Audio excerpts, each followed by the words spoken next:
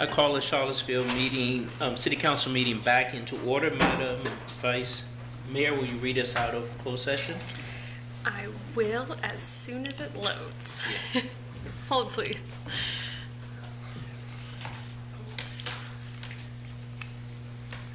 And others, if we're not logged into the voting, we can do that. Okay, here we go. I move that this council certify by a recorded vote that to the best of each council member's knowledge, only public business matters lawfully exempted from the open meeting requirements of the Virginia Freedom of Information Act and identified in the motion convening the closed session were heard, discussed, or considered in the closed session. Is there a second? A second. We'll do a voice vote for this. All in favor, please say yes. Yes. Yes. Opposed, please say no.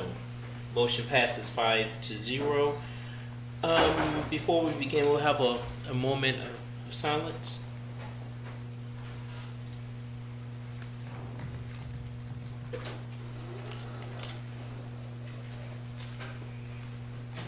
Thank you. Thank you very much. Are there any announcements? One announcement, just that the City of Charlottesville is accepting applications for vacancies on boards and commissions. There are a number of boards and commissions with vacancies. Most immediate one, Charlottesville Redevelopment and Housing Authority, is accepting applications for multiple positions and has a deadline of midnight tonight to apply. The other boards and commissions have application deadlines of August 1st. They include the Charlottesville Affordable Housing Fund Committee, Community Development Block Grant, Historic Resources Committee, Jefferson Madison Regional Library Board, Minority Business Commission, Police Civilian Oversight Board, Planning Commission, Social Services Advisory Board, Youth Council, and a number of others. If anyone is interested in more information or applying for any of these boards, you can visit boards.charlottesville.gov. And again, those deadlines are August 1st, except for the Charlottesville Redevelopment and Housing Authority Board, which has a deadline of midnight tonight for multiple vacancies. Thank you. And I have an announcement. As many of you know, May was Bike Month, and as part of Bike Month, the city, county, and state hosted a bunch of events to encourage people to get out there on their two wheels. And two of the events that happened were that the several cities were pitted against each other to see who could log more bike rides.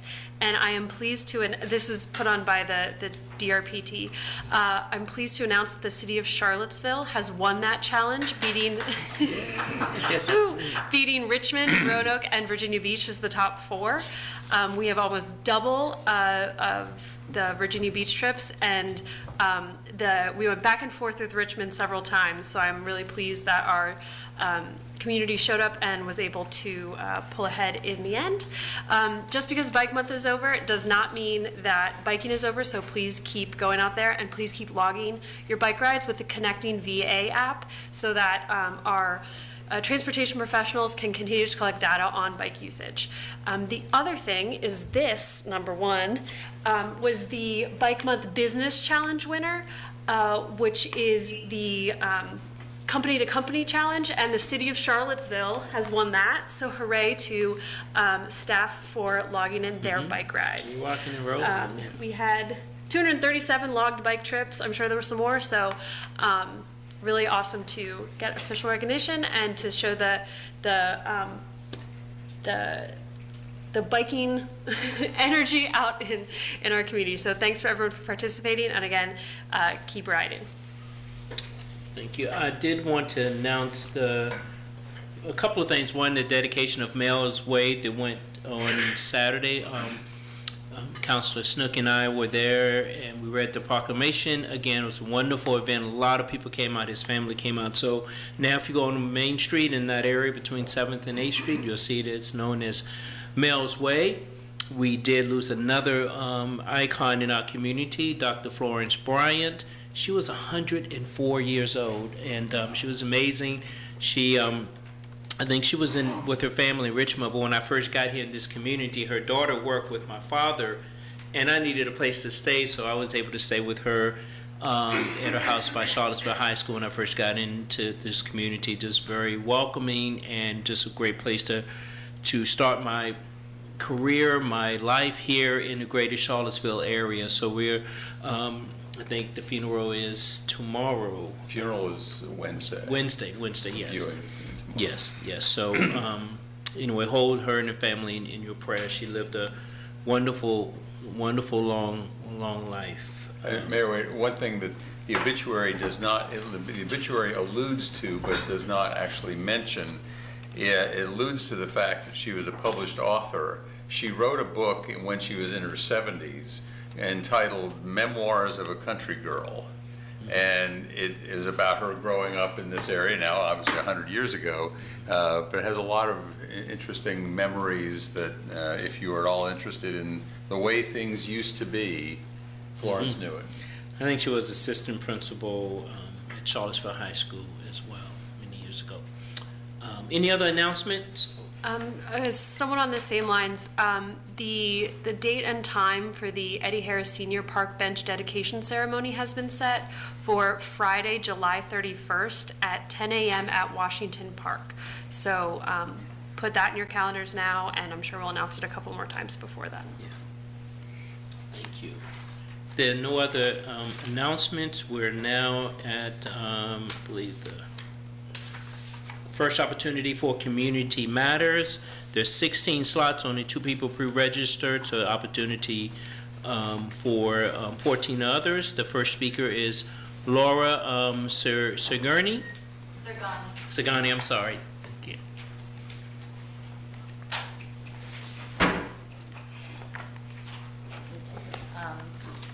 I came before this council 2 weeks ago with my disappointment and disgust that there had been no engagement with the unhoused population for the city working meeting to talk about how to best serve that population.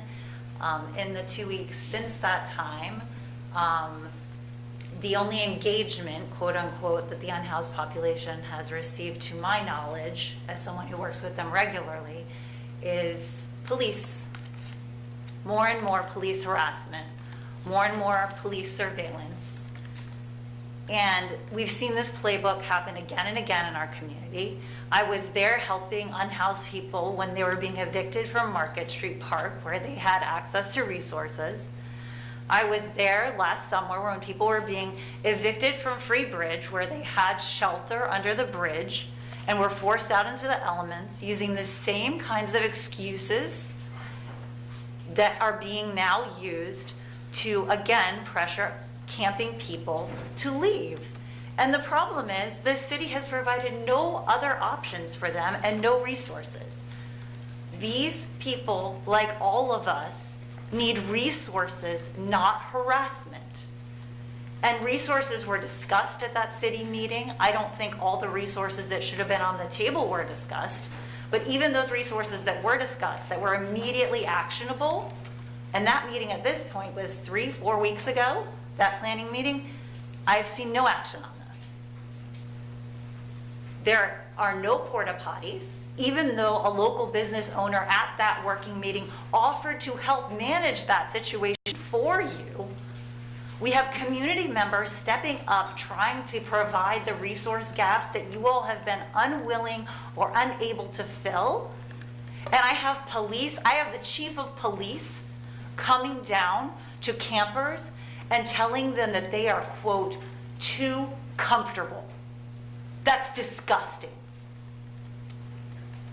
And this city council would have us believe that they have no power to stand up to luxury buildings that are displacing our historical generations of families who built this city, but they can wield all the power in the world against someone who has to camp in a tent.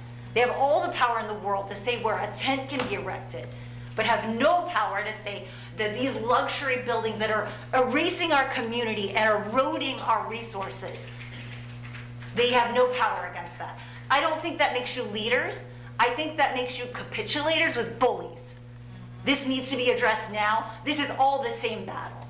All of us are affected by housing, and it will reach into your houses as well if you don't take care of it. Thank you. The next speaker is James Webb.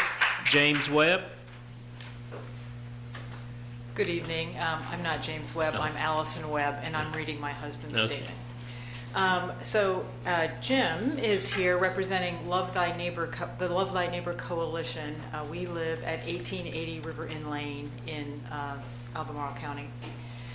We're here today to talk about an interfaith coalition that was formed out of concern over immigration enforcement practices.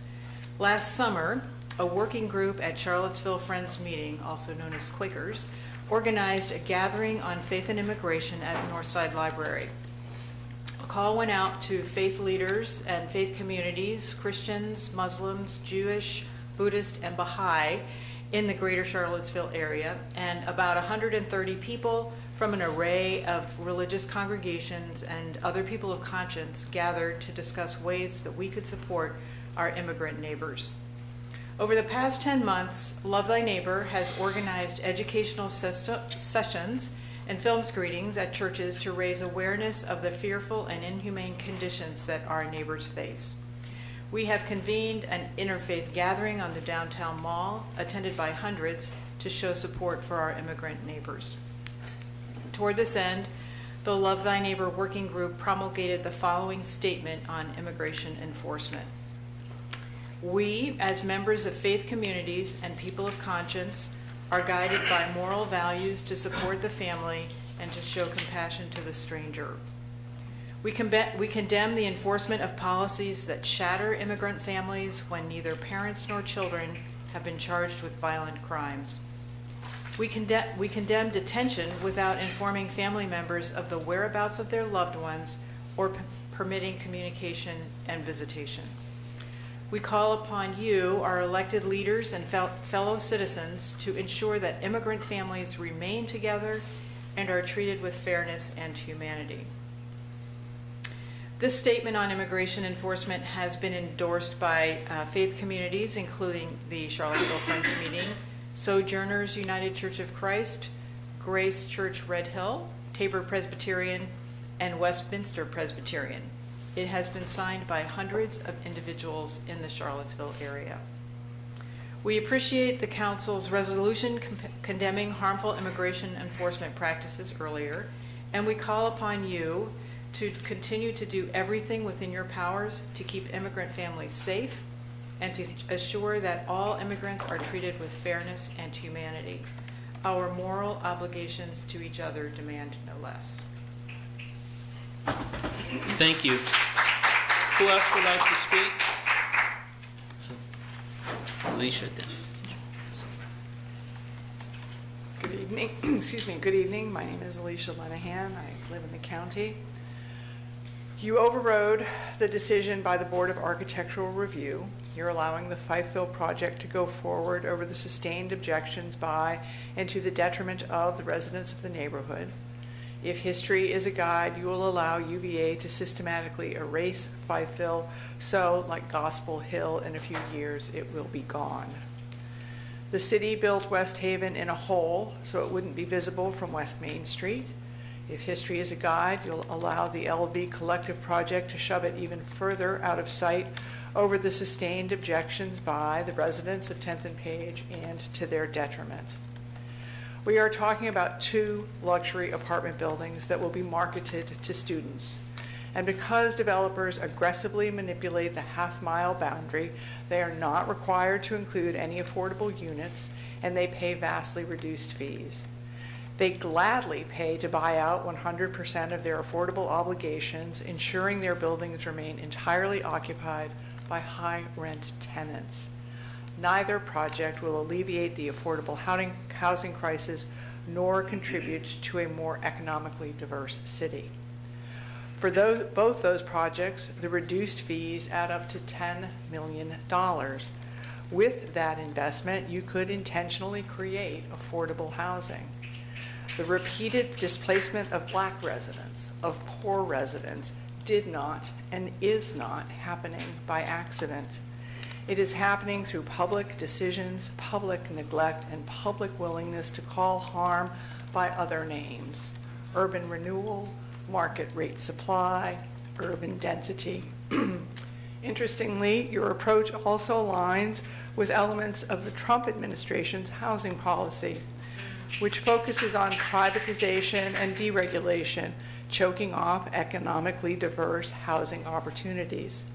Plans call for abandoning the Housing Trust Fund and therefore abandoning very low-income people. It calls for ending Housing First programs that work to reduce homelessness.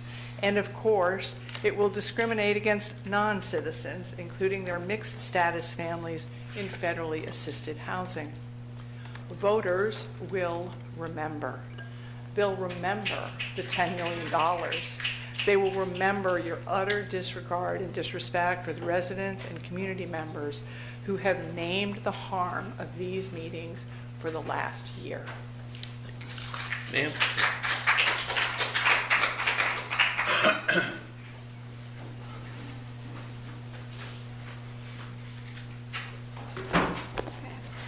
I'm going to speak for the next 3 minutes, but I think it's kind of hard to imagine that you guys will listen after the last year of people saying that we do not want luxury student housing, and just every person in the city ignoring what so many people come every time to city council to say, come to other meetings to say, like, has been very loud about it and have just been ignored.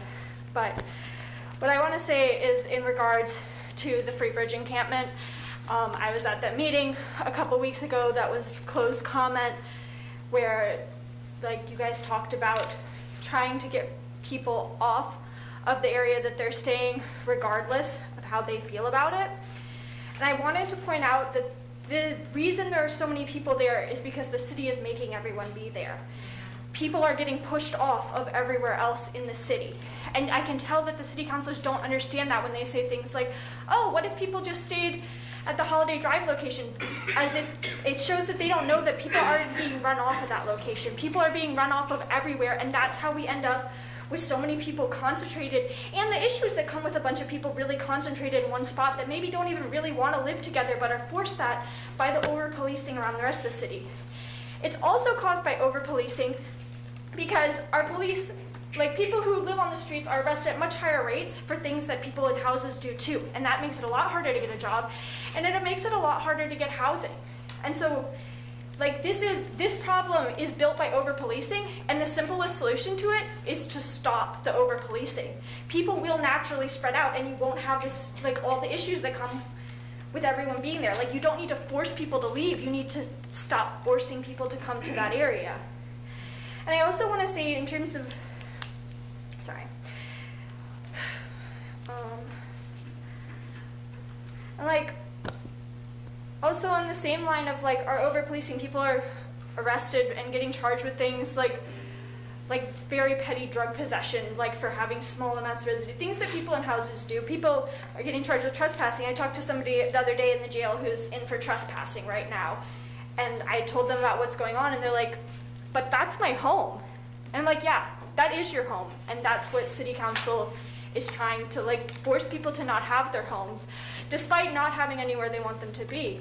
And I also want to be clear that if you did have somewhere else you want them to be, like, just letting people move to other areas is enough. And in the last 25 seconds, I'd like to also point out, where the fuck are the porta potties? Like, that you guys said there's gonna be, we put out this announcement saying that there will be porta potties.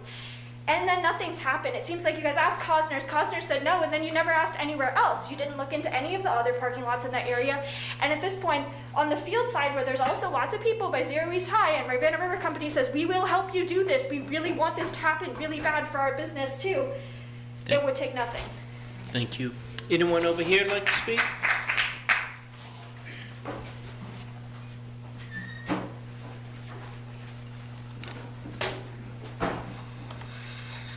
Saibo Flynn with the Community Climate Collaborative. C3 has been encouraging the city and Charlottesville Gas to stop buying carbon offsets from British Petroleum for the past few years.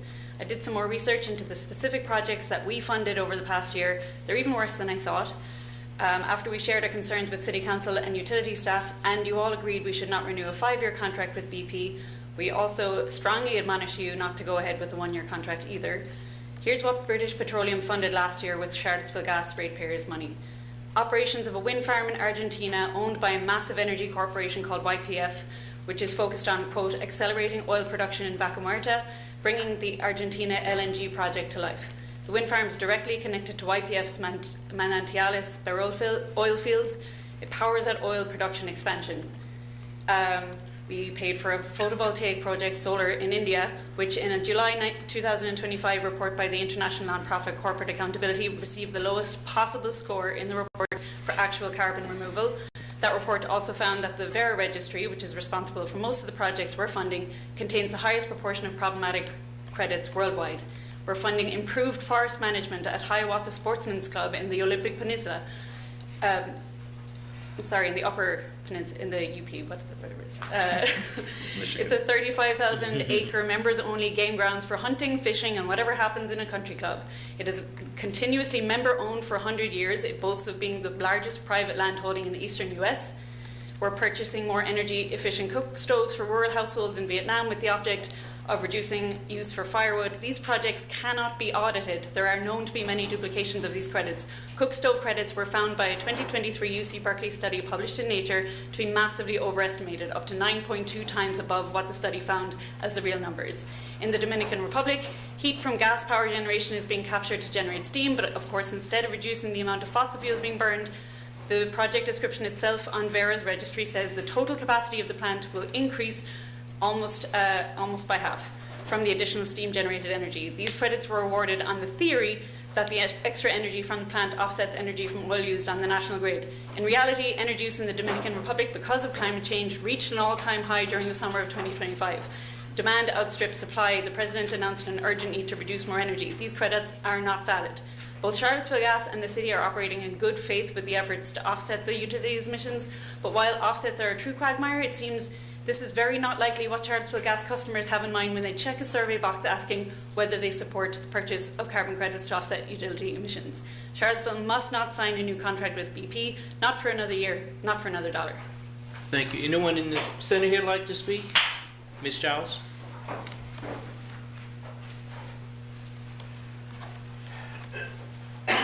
Good evening, everyone. Good evening. My name is Latricia Gals. Excuse me. Latricia Gals, and I am the Executive Director of the Charlottesville Public Housing Association of Residents. And this is just coming here for the past almost year to talk about the conversation on LV Collective and what's going on in Fifeville. And so I just wanted to talk a little bit more about density because that's a lot of conversations that I've been hearing people having and writing. So density, fairness, and who is being asked to carry the burden of growth in the city. I hear a lot of people say that they support density, and I understand that. But if density is truly good for Charlottesville, then density should not only be concentrated in a few neighborhoods. It should be not kept for showing up aggressively near low-income and historically black neighborhoods and lower-income communities. If density is bringing opportunity, then all neighbors should have their share in opportunity. If density brings tax revenue, then all neighborhoods should share in responsibility. If density is part of the city's housing strategy, then it cannot keep falling on the hardest communities that have already experienced displacement, disinvestment, and broken promises. That is the concern. FAR is not saying no to housing. We are saying no to change. We are not saying no to change. We are saying to the city that it needs to be honest about where that change is landing and who is being asked to absorb it. Because when luxury student housing, taller buildings, traffic, construction, parking pressures, and rising land values keep showing up near the same communities, that is not shared growth. That is concentrated impact. And when other neighborhoods are protected from the same level of disruption, then we have to ask why. Charlottesville cannot say it supports equity while allowing growth to be uneven. Equity means neighborhoods participate in the future of the city. Equity also means the neighborhoods that have already carried the most harm should receive the strongest protections. So my ask is simple. If council supports density, make it fair. Do not concentrate the burden in historically black neighborhoods, low-income neighborhoods, and near public housing. Create stronger protections for community already at risk of displacement. Require real affordability, not just luxury units and developer fees that they already know they can just give. And make sure that public housing residents, black and brown community residents, and low-income communities have power before the decisions are already made. Density without fairness is not justice. Growth without protection is not equity. And development that only some neighborhoods are expected to absorb is not citywide housing. So thank y'all this evening. I Thank you. appreciate you. Anyone over here like to speak? Okay, yes, sir.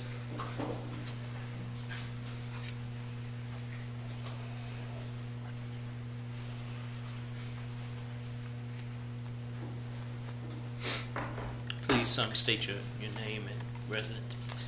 I'm Josh. I've lived in Charlottesville pretty much my whole life. Yeah, I feel that it's pretty clear to me that this city has a problem with unhoused people. And I don't mean that unhoused people are a problem, or that it's a problem that they live in Charlottesville, or spend time downtown, or sleep in public parks. I mean that the people responsible for working on behalf of the Charlottesville community have a problem with unhoused people. Recently, a number of things have happened. I won't go into details, but the result is that there's a community of people living near the Ravenna River. The city seems to believe that they have more or less solved the problem of homelessness. If so, congratulations. At this point, the city seems to be taking a hands-off approach. Now that much of the unhoused population is gathered together, away from the public eye, why do any more? And with a little time and a little encouragement from CPD, maybe the problem, quote-unquote problem, will just take care of itself. Not only is that incorrect, it's straight up cruel. The encampment at the river currently has no access to drinking water, no bathrooms, no basic safety precautions, and no place to dispose of waste. This is apparently intentional. It's pretty clear that the city is aware of the conditions there, but either unwilling to do anything or actively opposed to helping, as some people have already brought up. And let's be honest, these are very easy problems to solve, and the fact that they haven't been solved yet speaks volumes. How many of you have slept in a tent before? I'm guessing some of you, but not many. How many of you have spent a day without drinkable water or access to a bathroom? My guess is none. My guess is also that you haven't been to the encampment or talked to anybody who lives there. If you haven't, I strongly encourage you to do so. What I hope is that you realize that the people living there are in fact like people and your neighbors, and deserve at minimum some basic resources. I'm asking for a couple of simple things today: bathrooms, water, fire extinguishers, and dumpsters. This is not hard to accomplish. These are very, very simple things to ask for. They're not expensive, and it will immediately improve the quality of life of people who are in the Charlottesville community. If that isn't something that the members of the Charlottesville City Council are interested in, I'm starting to wonder if you should be on the City Council in the first place. On a final note, we're all paying attention, and we're not going away. You may see more of us. You may see more of me. Thank you. Anyone else like to speak?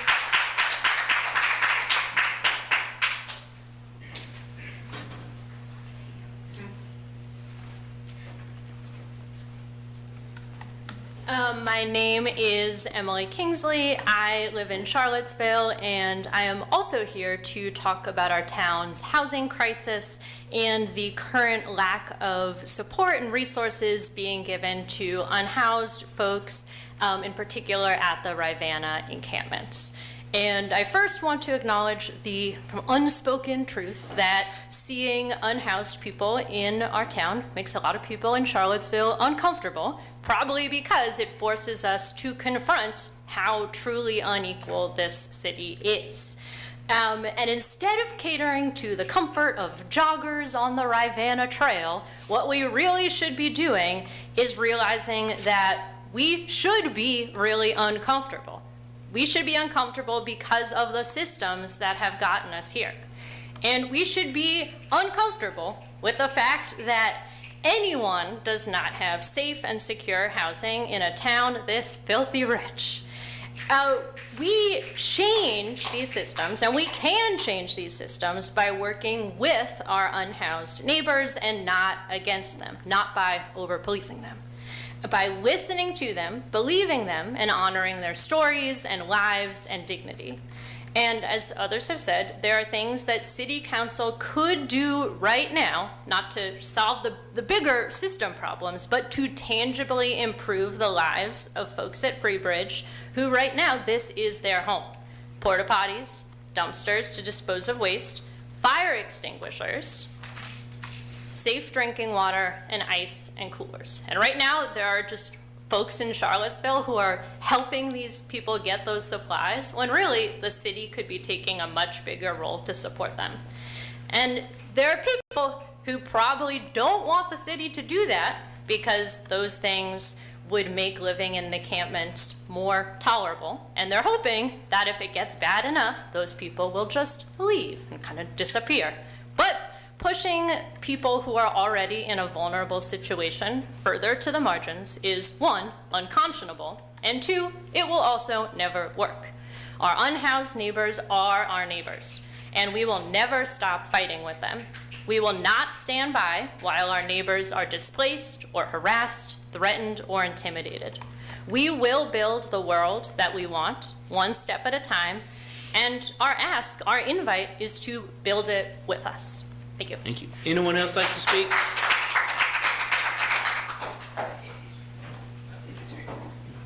I'll get you. My name is Joshua Ballou. I've been in Charlottesville since 2017. And I came up here from Florida with over $1,000 in my pocket on a train, had plans I made, just didn't talk to anybody about it. I was surprising somebody in Warrington. Turned out I got just surprised because I couldn't stay there. There were too many people there. And I ended up getting in touch with a friend that got me to Charlottesville. And he couldn't let me stay at his place either. He got it through Region 10. And doesn't matter.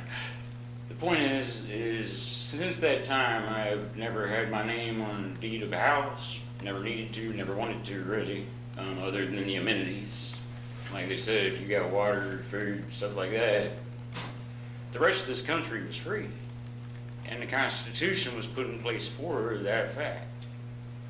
We just came up on an anniversary day, because April 19th was the day I got threatened that people were going to come down and set stuff on fire. They were a little late. But all the things that have been thrown out as far as what's wrong down there, they're now trying to tell us we can't have propane, when propane had nothing to do whatsoever with the fire. I didn't have a heater myself next to my couch, but I was holding an extra tank for anybody that needed it.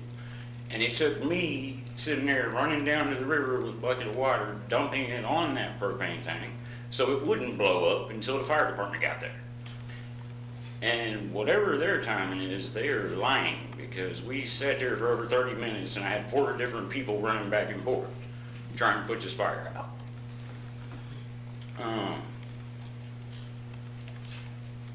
I'll give them that a lot of the people don't want to live there together. There's arguments, fights. It's breaking down quickly because of the fact that left and right, and instead of people helping them, we're down there having a look going, what are they here for? What are they coming over here for? They're going to try and make us leave? And left and right, every time I hear them come down and say, oh, we're doing a wellness check and all that. Well, we're all well. And so far as wellness goes, I mean, just like man can't live on bread alone, he can't live on water and ice alone either. And that's the only thing that has been brought by anyone who said they were coming down there to check on our wellness. I stand for both human rights and I stand for the Constitution that this country was founded upon. And any infringement upon either of those, you'll see my face. Thank you. Thank you. Yes, ma'am.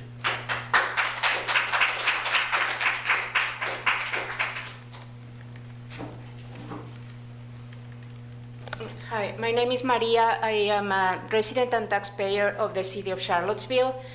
First, I want to talk about the issue of affordable housing. I just spent about 3 weeks trying to help a family of refugees living in Charlottesville that were being evicted from their apartment and that couldn't afford the rent and deposit that the new affordable housing was asking from them. Went to every institution or resource in the city to no avail. No help whatsoever for a family like this. If it wasn't for the community, amazing community of Charlottesville residents that opened their pockets to help us raise the money, this family would be living in their car right now, and her minor children would have been taken away from them, because this is the only thing that social services is good at, not for helping families when they are at risk of on housing, but for taking their children away when they are unable to they have run out of any other means of doing it.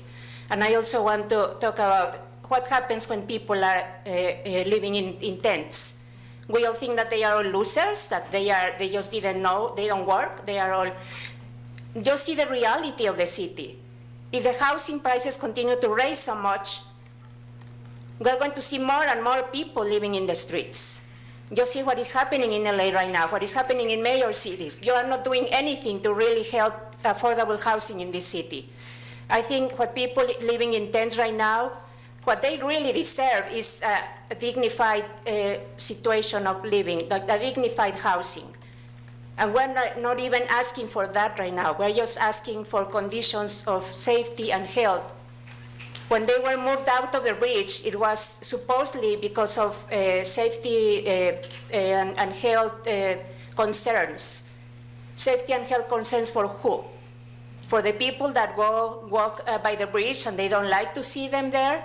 For the joggers that just come run every morning and then they go home, they have a nice meal, they sleep in a bed and they forget about it?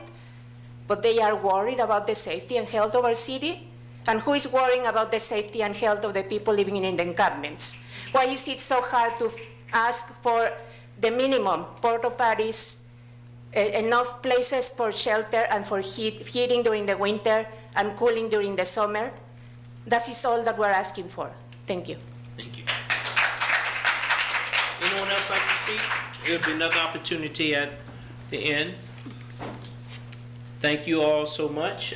We will now have the consent agenda, Madam Clerk. Yes. Consent Agenda 3, ordinance repealing Section 3.1 and 3.2 of Chapter 3, amusements of the Code of the City of Charlottesville and reserving Chapter 3 for future use, second reading. 4, resolution to authorize donation of easements in city-owned land to the Virginia Department of Transportation for the Route 250 and Route 20 intersection and corridor improvement projects. 5, resolution to authorize donation of city right-of-way to the Virginia Department of Transportation for the construction of a roundabout at Route 631 and John Warner Parkway. 6, resolution to appropriate $356,805 in additional funds to the Streets and Sidewalks Division operating budget, one of 2 readings. 7, resolution to authorize reallocation of $6,300 of previously appropriated funding to social and environmental entrepreneurs for FY27. 8, resolution to appropriate Virginia Department of Criminal Justice Services Victims of Crime Act Grant Award FY26, $123,600, one of 2 readings. And 9, resolution to appropriate the Virginia Department of Social Services Family Assistance Management Grant in the amount of $20,000, one of 2 readings. Thank you. Is there a motion to approve the consent agenda? So moved. Second. Oh, okay. Are we going to vote virtually on this? Okay. Yes, everyone signed in. I was signed in.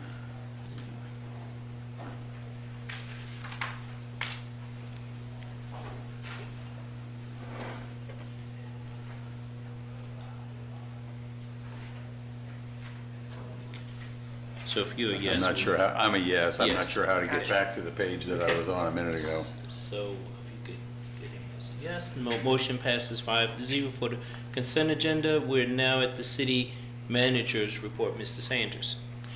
Yes, good evening, council and members of the public. First item is a presentation by Todd Niemeyer, Office of Human Rights Annual Report.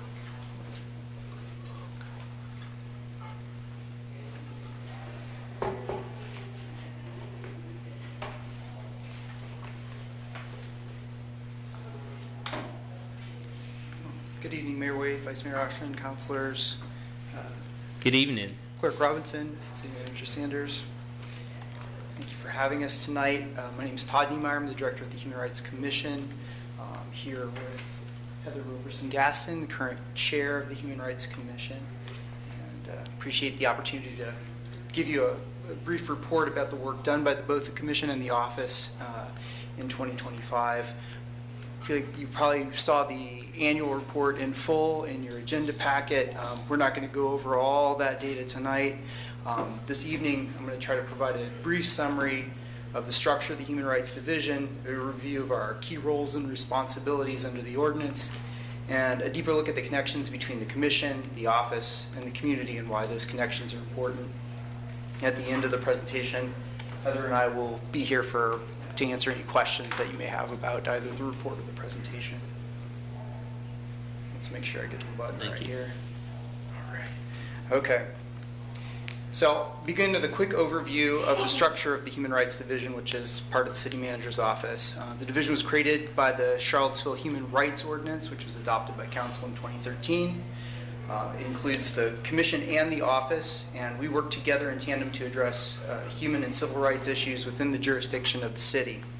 While the Commission focuses on systemic impact and the office focuses mostly on individual assistance, both have outreach and engagement duties, and we'll talk more about the importance of those overlapping responsibilities. So this organizational chart represents the structure at the end of 2025. I want to acknowledge the work of everyone that's named on that chart there, because it takes leadership at every level to provide human rights services to our community. So I'm grateful for everyone's collaboration and contribution.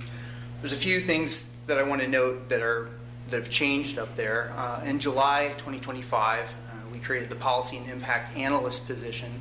And the intent there was to better support the Human Rights Commission and increase deeper community engagement. In August 2025, Lily Gates moved from the Community Outreach Specialist position to the Policy and Impact Analyst position, which left the Community Outreach position vacant and unfunded for the remainder of fiscal year 26. As you know, Ashley Reynolds-Marshall left the Chief Prosperity Officer position in February of this year. Lily then left the Policy and Impact Analyst position in March of this year, so the city is currently in the hiring process for both of those positions. So the Human Rights Ordinance is basically the guidebook for both the Commission and the office. Section 2-433 of the ordinance organizes the work into 6 distinct categories, and for brevity and clarity, I've given the categories short working titles in the report and in the presentation. I'll give you a quick summary of each so you're just familiar with those if you haven't looked at them recently. Individual assistance focuses on addressing individual complaints of discrimination. Outreach engagement includes the various ways that the Commission and the office communicates with the community. City policies and practices refers to the Commission's annual policy recommendations that they provide to Council. The Federal Work Shares concerns the agreements with the Equal Employment Opportunity Commission and the Fair Housing Equal Opportunity Office in the federal government. The legislative program refers to the Commission's annual recommendations for Council's legislative agenda. And finally, Commission policies includes the Commission's recommendations to Council regarding policies that affect the work of the Commission and the office directly.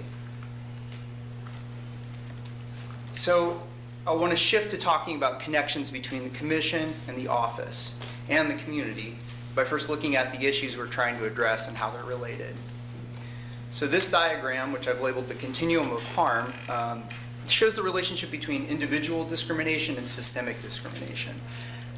Briefly to define those, individual discrimination refers to incidents in which a person was denied an opportunity to access housing or employment or public accommodations, for example, due to an aspect of their identity that's protected by law.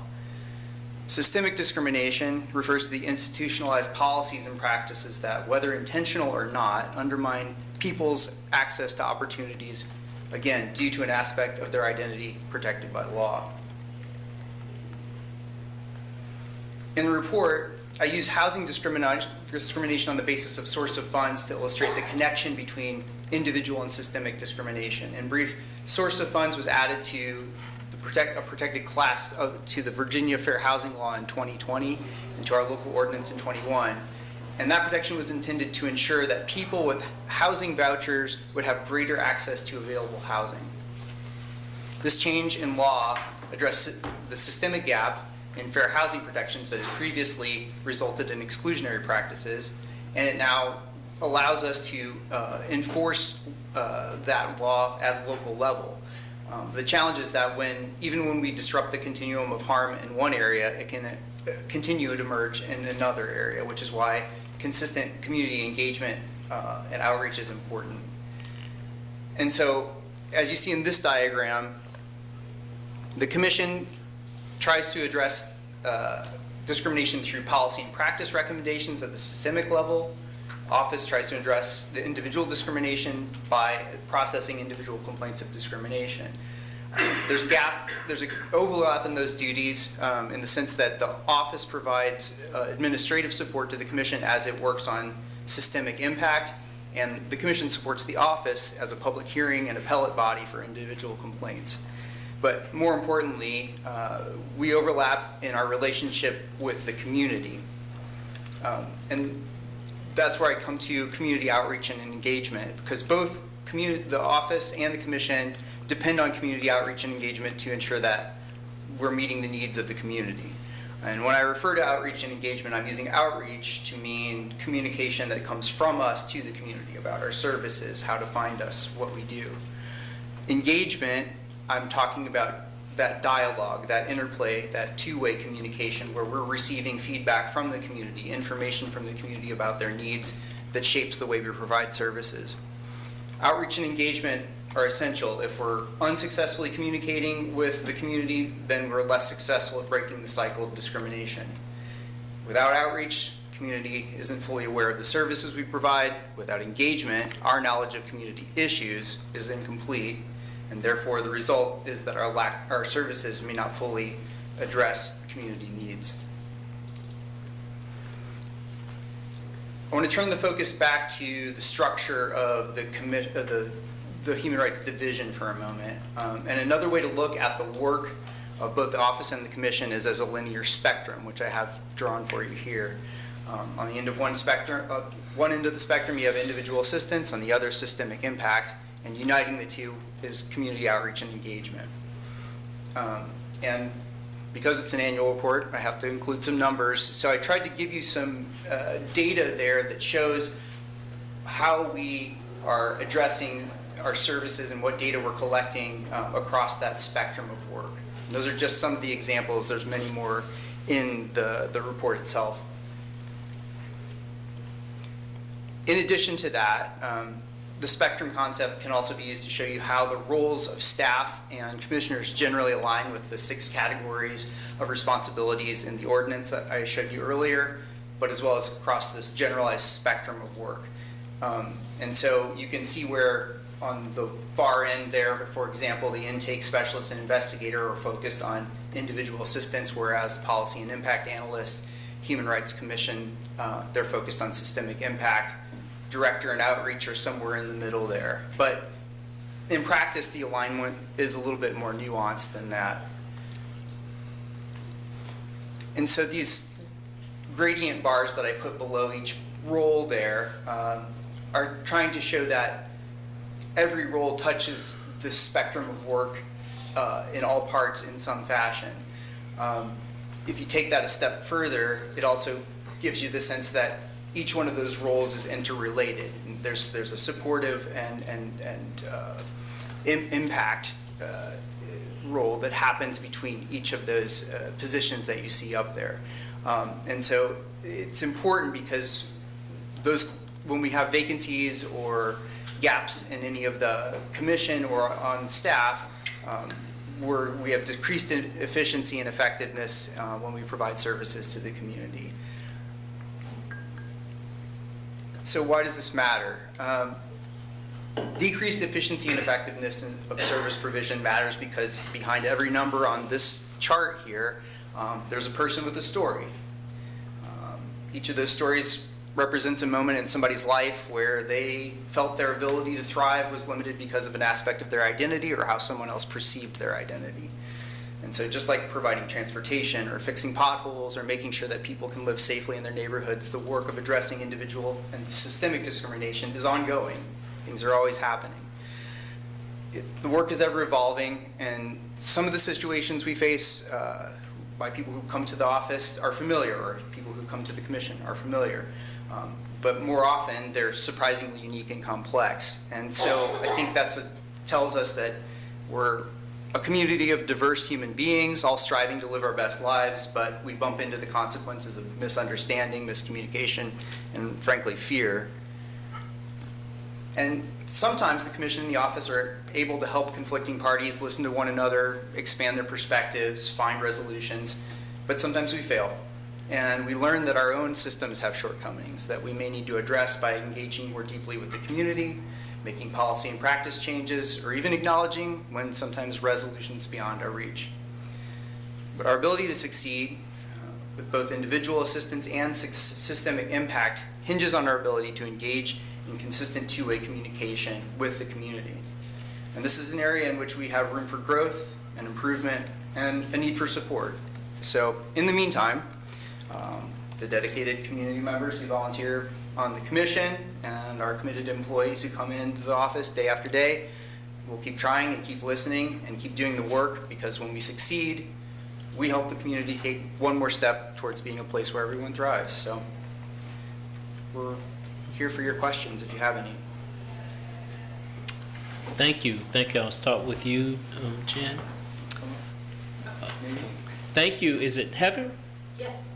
Thank you for serving on the committee. We appreciate you. Did you want to say something before we? No, I'm just here for questions. Questions, okay. I'm just here to answer questions if you have them.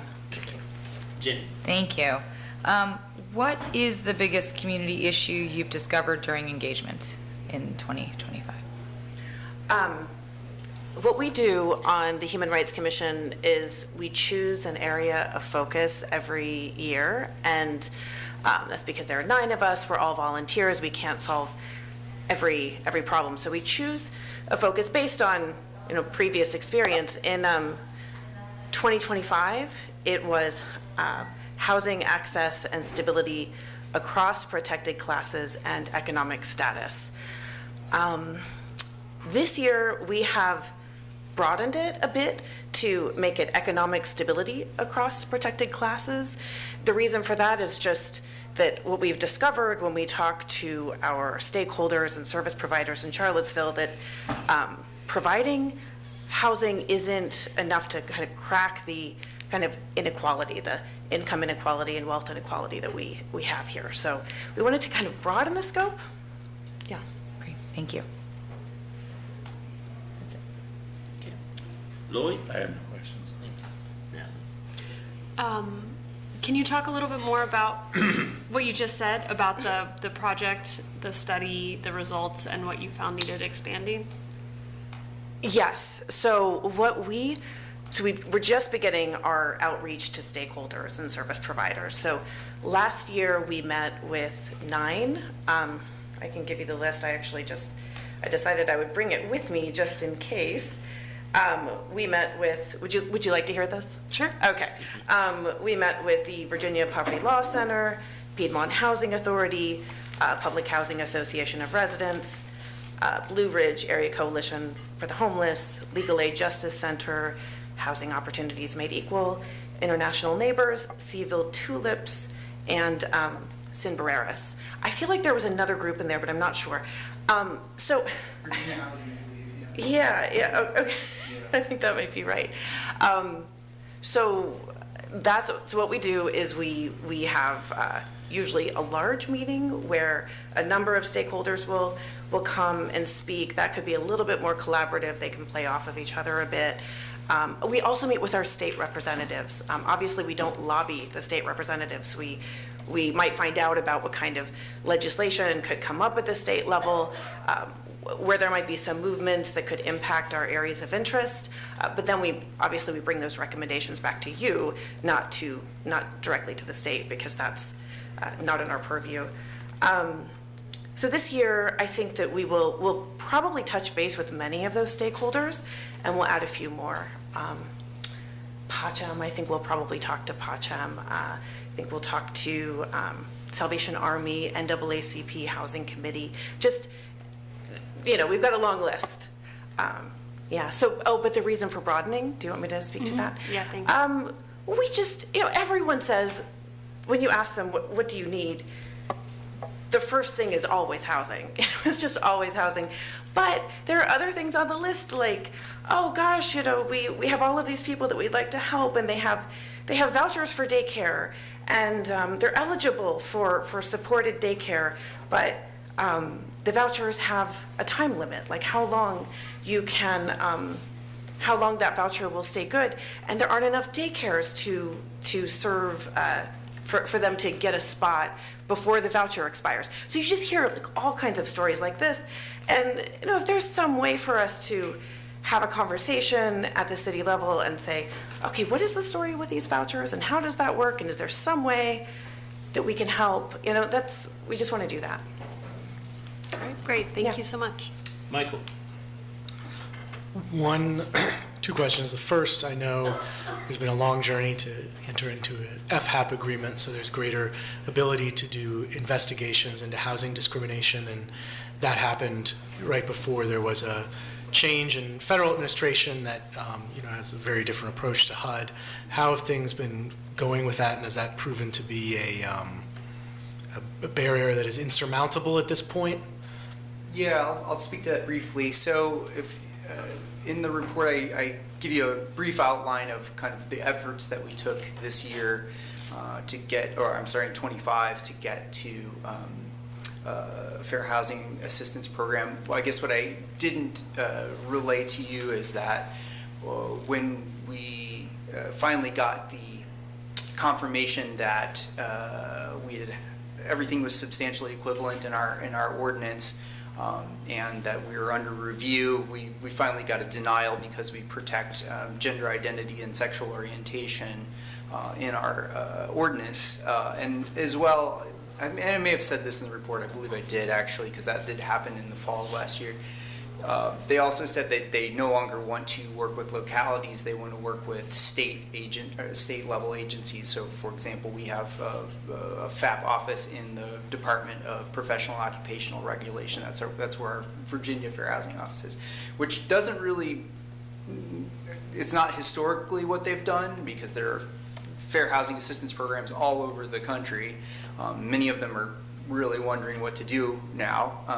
And I've talked to a lot of people who work in those offices, but that's where we stand with that. They weren't interested in supporting us at this point, and frankly, I don't know that it would be in the best interest of the city to do so, given the protections that are important under state law and our ordinance.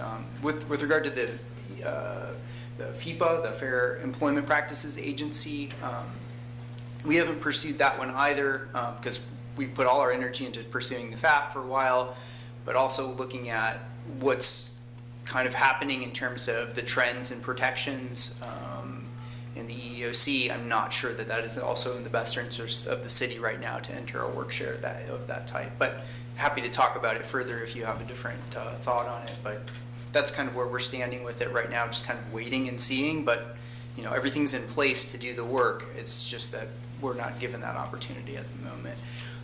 I'd also want to, if I might, you had asked about stakeholder engagement. So one of the things that the report talks about is the policy and impact analysts work in that realm. So Lily took that on in mid-August of last year, just before we were submitting our policy or our state legislation recommendation. So she engaged more in that deep community engagement work with stakeholders later in the fall. So she didn't get very far because holidays happen and all that stuff. I think she talked to 11 different stakeholders, I believe it was.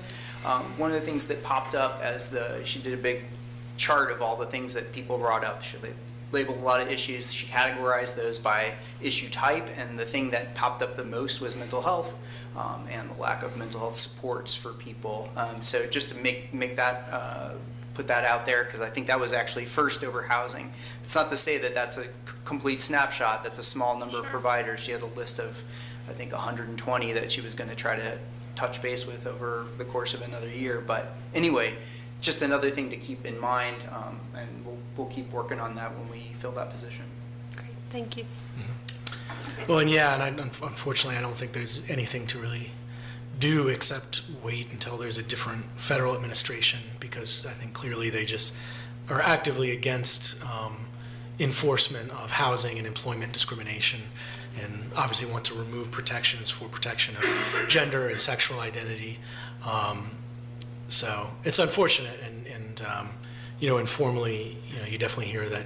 I think particularly in housing, that discrimination on source of income definitely still occurs in terms of landlords finding ways to de facto not accept vouchers. They won't use those words, but it would be interesting to have an investigation that looked at, the percentage of applicants with vouchers that were denied and the reasons that were stated for doing so. I think would likely get some interesting results. The only other question is on the commission side. You've made, over the years, legislative recommendations would have made it into the city's legislative agenda, some of which have become state law. Your recommendations have also informed funding allocations we've made with federal ARPA funds and other areas of the budget. But from a commission perspective, are there things you think city council could do to utilize the commission better, or to feel like there's more of a dialogue between city council and the commission? Well, I can just say that we're very interested in that. I think that it's always good for us to be aware when we're meeting with stakeholders and service providers, and this is such a clumsy way of saying it, but just what is on the menu? What is actually possible to accomplish? We might make recommendations about expanding rental assistance, or we might make recommendations about, something else at the city level, opening a low barrier shelter, which obviously you have all been working on quite a bit, and we're aware of that.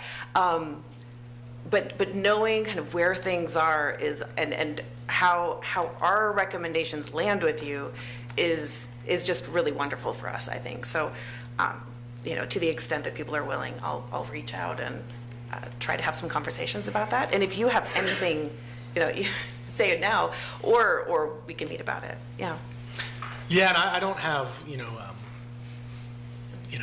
ideas that I'm like, oh, this is the way to do it. But I know in some contexts we have, at least one yearly joint work session with different commissions, or have kind of a more formal council liaison that's either a member of the board or, a non-voting member of the board. I don't know if the commission just had any ideas on what would be useful.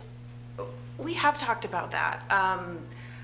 I wouldn't want to speak for the commission. I know that everybody has been enthusiastic when I have talked about reaching out to members of the city council to just get more information about what works for all of you, how our recommendations are being received, whether or not you need more information, all of that kind of stuff. Everyone is enthusiastic about those ideas. We don't have any sort of formal position on, we would like a city council member to be on the commission. I don't think people would resist that idea, but and we'd certainly love to have you at our meetings. That would be wonderful for you to just schedule a time that you can come, and we can reach out to you about that. All kinds of ideas we can discuss. Yeah. Thank you for asking. That's it for me. Thank you. Thank you all so much. I don't have any comments. I really appreciate the work that you're doing, and we'll reach out to, connect in formal, informal ways. Appreciate the work that you all do. Thanks so much. Thank you so much. Thank you. Thanks, Todd. Good job, Tom. James had an item as well. All right, good evening, Mayor White, members of council. James Freeze, Deputy City Manager. As many of you are likely aware, we have been experiencing significant delays in our building inspections and plan review side of the house. And I just wanted to offer some context for that and let you know some of the things that we're working on. Broadly, we experience a steady state of kind of a high level of permit activity. And in particular, over the last year, we've seen some significantly large projects that have come in and taxed the capacity of staff. More immediately, we abruptly lost 2 building inspector positions, and we've had extended leave from kind of medical and other reasons. So that confluence of factors has kind of put us in a hole in terms of plan review and inspections. None of this was, it's not to say that some of this wasn't anticipated. As we were preparing for the budget last fall, we did our data analysis that we do, kind of understanding where we are with permitting activity, and determined that our greatest need was in residential plan review. And so at that time, we took an existing position that had gone vacant recently, and we turned it into a new plan review position. But unfortunately, we haven't been able to fill that position, and we've recently upgraded that position in order to hopefully make it a more attractive position, upgraded in terms of pay, to hopefully make it a more attractive position. We also began quite a while ago the procurement process to get some on-call positions in place to provide inspections and plan review purposes. We've succeeded in having 2 on-call companies in place, but we haven't been able to get those positions certified. Up to date, we will only have 1 additional plan reviewer who will begin work this week. All of this to say is that there remains a high level of concern. This is an important area of work for the city. It's really kind of an essential service, both on a public safety side and an academic development side. So this morning, Kelly Brown, NDS Director, Chuck Miller, our building code official, myself, hosted a meeting over in City Space about 7 a.m. with our building community. We had a substantial turnout. I didn't get the count of how many people showed up, but it was probably in the 60 to 80 count. And we had a robust discussion. A great deal of concern was presented, as you would expect, around this situation. And we talked about what we are already doing and what we could potentially do further. For one thing, we're going to open up, or I should put it, loosen the policies around our third-party inspections so that more people can get in to do third-party inspections. And we're going to continue to analyze the data coming back on permit activity and plan review to see if it warrants a more robust requests in the upcoming budget season. So a lot of activity going on. A great deal of attention is being put onto this issue, and I'm happy to answer any questions. That's a lot for 7 a.m. meeting, so I think people are really interested in this item. On a Monday, no less. Yeah. Understandably interested. Yeah. Sorry. Yeah, go ahead. No questions, but I would just say I'm definitely fully supportive of allowing approved third-party inspectors, which I know is common in a lot of localities, including Richmond. So I hope we definitely move in that direction so we're not needlessly holding up things. And then the second is just more broadly, I hope, with inspections on the building code and fire code, we can adopt an institutional attitude of flexibility and wanting to get to yes, and not having a perspective that, of course, we always follow the letter of regulations and law, but not having recommendations saying, oh, a bike lane can't go here, or these requirements must happen, and then when you look at the letter of the regulations, it's not actually required, and it's preventing things. So I just hope we can build that kind of positive, flexible culture, but that's it. All right, and the last item I have for you is update on homeless services. I was able to facilitate a homeless services panel in Chapel Hill last week for a chamber visit. We were able to hear from their chief of police, community relations coordinator for the town of Chapel Hill, as well as UNC director of local relations. The key takeaway for me was coordination, and as you've heard this evening, this is a very complicated and heated conversation, very difficult situation to address. it's complicated. I think that's what we all know. I was able to hear from our community foundation that they are working with our Continuum of Care. That is the group of organizations that are working on homelessness on a daily basis, working to bring forward that operations plan for Holiday Drive, to explore opportunities to engage with city staff and just to continue the alignment as true partners. The city remains focused on encampment protocols, staffing allocations, internal coordination, and leadership alignment. We're going to continue to make sure that the focus remains on trying to serve as best as we possibly can, but acknowledging that we've made it clear that those that are in jeopardy closest to the river cannot remain in that location. We have to work towards making sure that that becomes a managed process, but it is not a tenable long-term process. I'm meeting with Holiday Drive business owners as promised when we bought the Holiday Drive building, so I'll meet with them on Wednesday of this week to bring them up to speed as to work that's been going on. And I have a follow-up meeting with Pacham later this week because we're looking at trying to get the overnight shelter possibly opened at Holiday Drive, but that's a big question. And then to discuss their budget needs. So just sharing again that the city is working and that we are not tone deaf on this issue. Thank you. Is that concludes your? That is the report. Could I? Yep. We heard a couple folks tonight saying that they thought that there was a commitment to get porta potties and things like that on site, down by the Rivanna River. I don't remember specifically a quote commitment in that respect, but I do remember a lot of discussion about the need for something like that. Sure. Where do we stand with that? There's been consideration, there was consideration of doing that. We have found it difficult to actually get that done.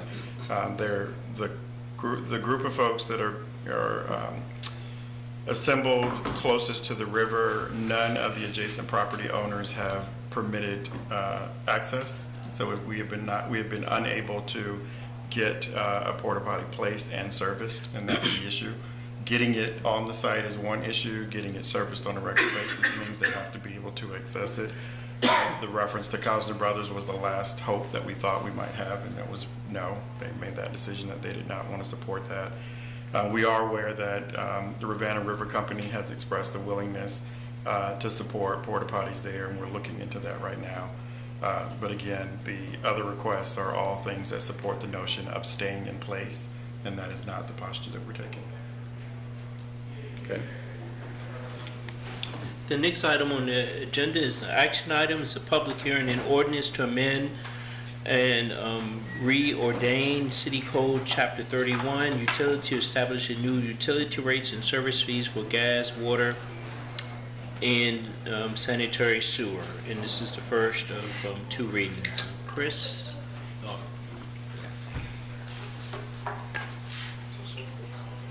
All right. Good evening, Mayor, Vice Mayor, Council. My name is Jason Mackley. I'm the Deputy Director of Utilities, and I am joined by Chris Coleman, the Director of Finance, and by Lauren Hildebrand, the Director of Utilities. And tonight we are pleased to present to you the FY27 Utility Rate Report. So I'm going to start off and give a little bit of background on programs and operations from utilities, and then I'm going to hand it over to Chris for the financial summary. So a little bit about utilities. We own and operate 4 utilities throughout the city, and then one that reaches into the county. First, water and wastewater systems. We have about 14,800 customers. 94% of those are residential.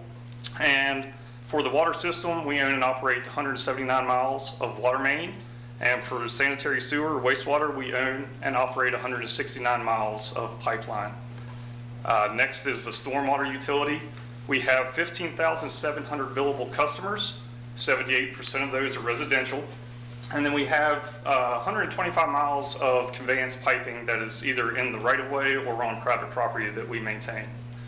Then lastly is the natural gas distribution system that reaches into the county as well as being here in the city. So we have 21,270 customers, 55% of which are in the city and 45% are in the county. So with that reaching into the county, obviously that's a bigger system. So we have 341 miles of gas mains that we own and operate and maintain.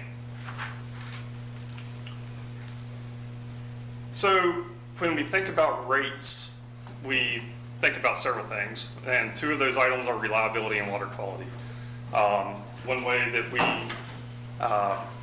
maintain that reliability is to not have water service disruptions.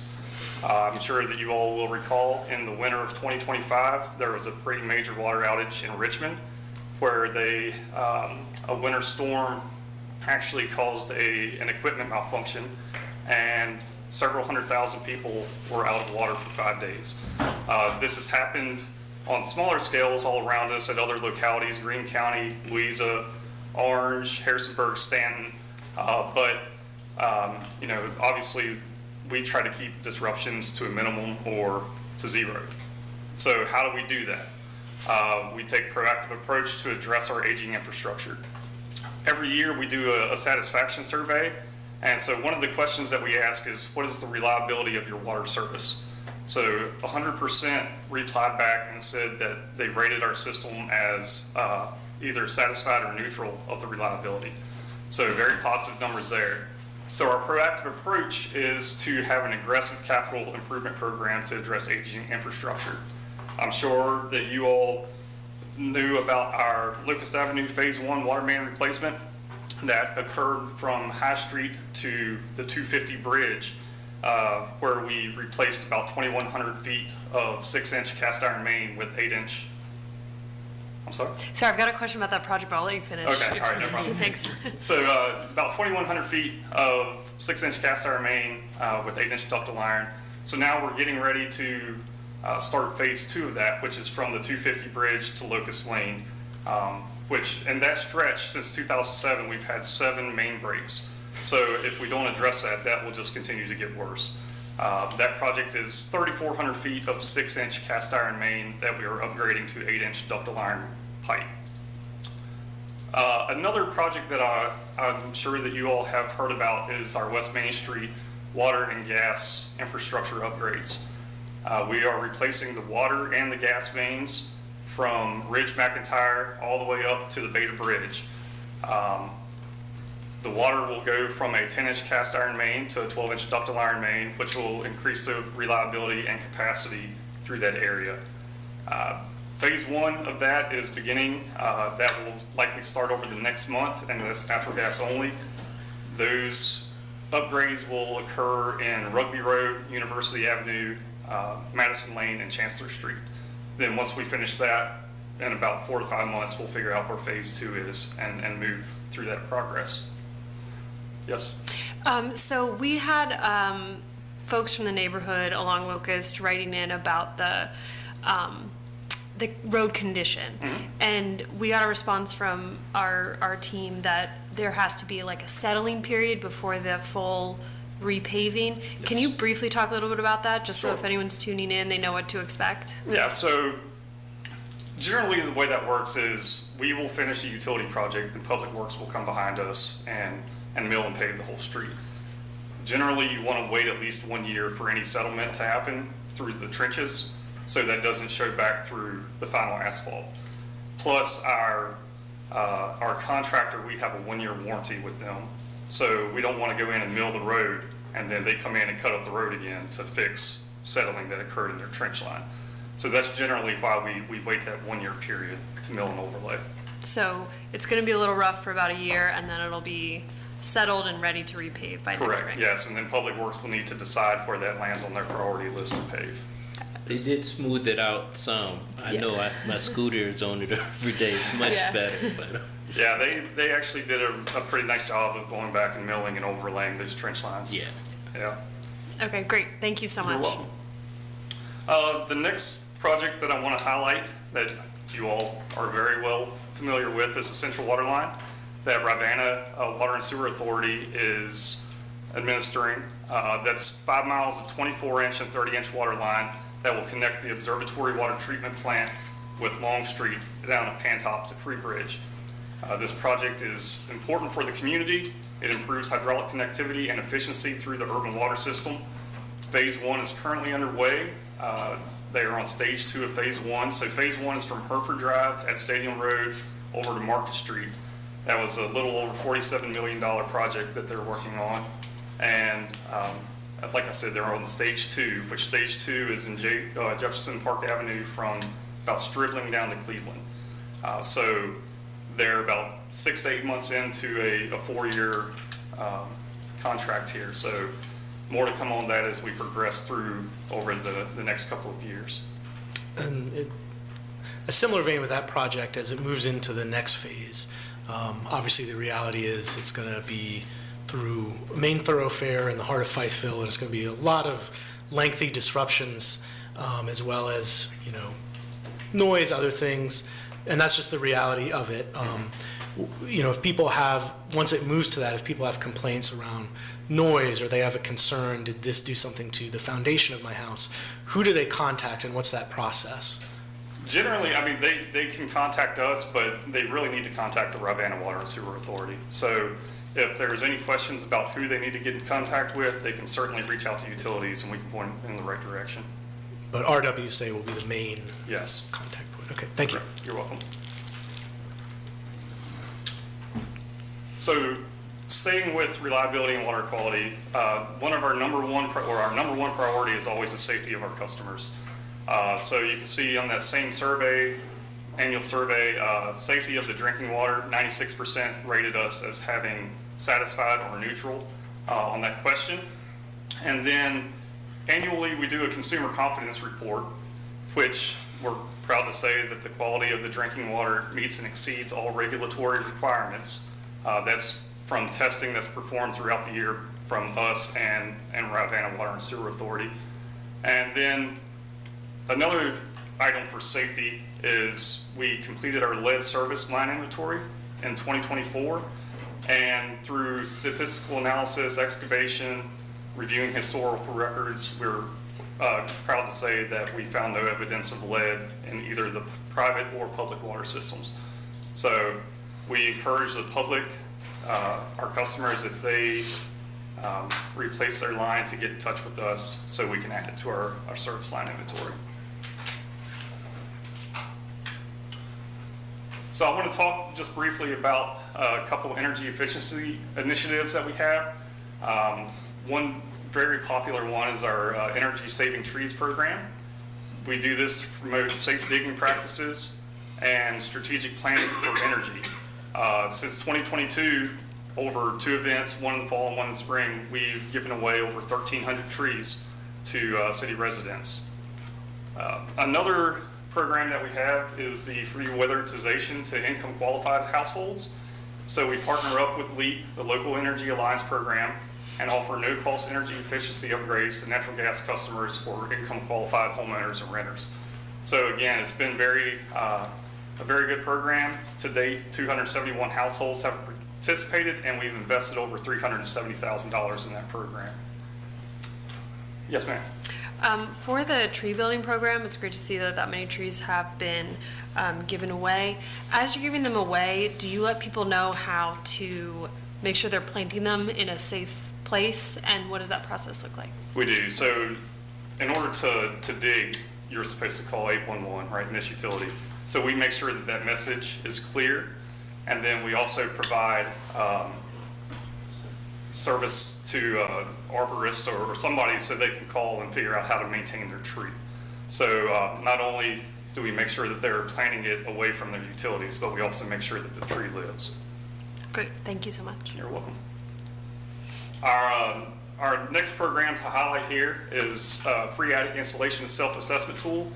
So this is something that utility staff actually developed in-house, and what it does is it allows people to perform an evaluation and provide guidance, or they provided guidance on how they can improve their energy efficiency through attic installation, whether they need more.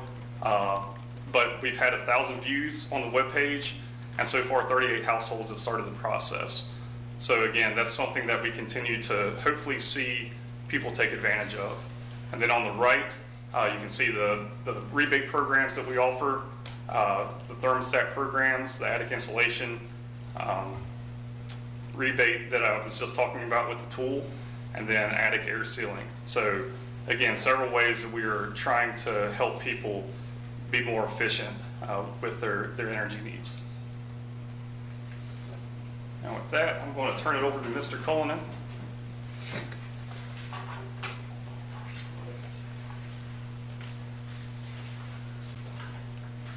Thank you, Jason. Good evening, Mr. Mayor, members of council. I'm Chris Cullinan, the city's Director of Finance.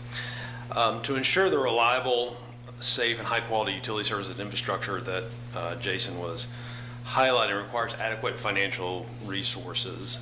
Just as a reminder, our utilities operate as enterprise funds. That is, they are each utility is standalone and financially. Water rates and fees pay for water services and infrastructure, wastewater for wastewater services and infrastructure, et cetera, et cetera. They each are financed and accounted for separately. And they're designed to operate on a break-even basis as municipal owned utilities. So this chart that you see before you here, this is the impact on an average city customer with the proposed utility rates and monthly service charge that would go into effect on July 1 compared with those same figures from a year ago.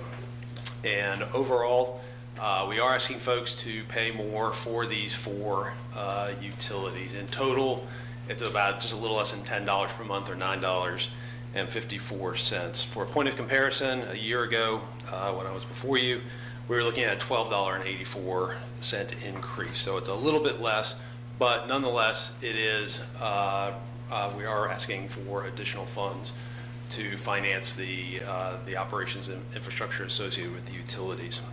And what you see here, this is the impact on the average customer.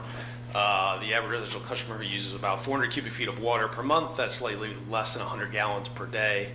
4,600 cubic feet of natural gas, and has an average sized lot in terms of impervious surface for the stormwater calculation.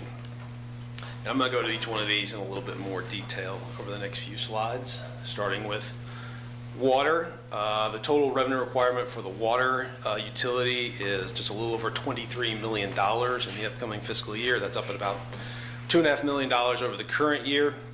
Of that $2.5 million increase, the largest portion of that is the city's share of Rivanna Water and Sewer, both their water operations as well as the city's share of water debt service for their capital improvements for those projects for which we are responsible for.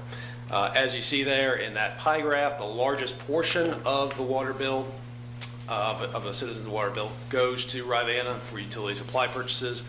That number, that chart looks similar for the last few years, although the percentage of that is going up, and we are projecting that to go up even more over the next few years as Rivanna fully implements and begins construction of it, the community water supply plan, which I'll touch on here in just a moment.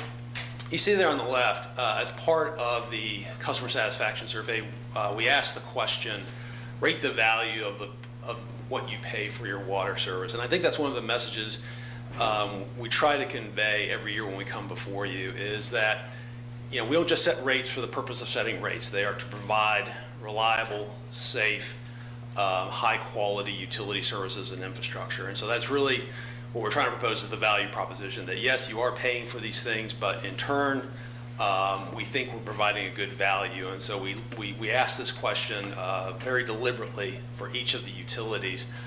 91% in and of itself, that's a great figure. I will tell you it's slightly lower than it has been the last few years, so that certainly sends a signal to us of, for many things, certainly communicating and making sure that folks understand what they are getting for that, but also to ensure that we are being as diligent financially as possible to ensure that that we are being mindful that, yes, we are asking folks to pay for these services for what they use. Were the folks who were unhappy the ones who had their water line break out on Locust Avenue? You know what? It could be a possibility. We don't really know who answers these questions, but certainly that is a possibility that folks may have had an interaction with our utility staff, or may have had one of the very rare disruptions that we do have. But to those folks, I would opine that I believe that water line was over 100 years old. Yes. So unfortunately, they were living there at the time in a 100-year time span that it happened to be replaced. But infrastructure is one of those things. If you do it right, it pays you back generation after generation. I think that's a pretty good example of the folks who put it in 100 years ago certainly got their money's worth and useful life out of it, and it's our hope that we do that for the next 100 years. But unfortunately, the folks who are there today are the ones having to bear the brunt of that construction. But again, in the long run, we hope that it pays off. Can I ask what the expected lifespan of the new ductile iron is? I'll leave that to the engineer.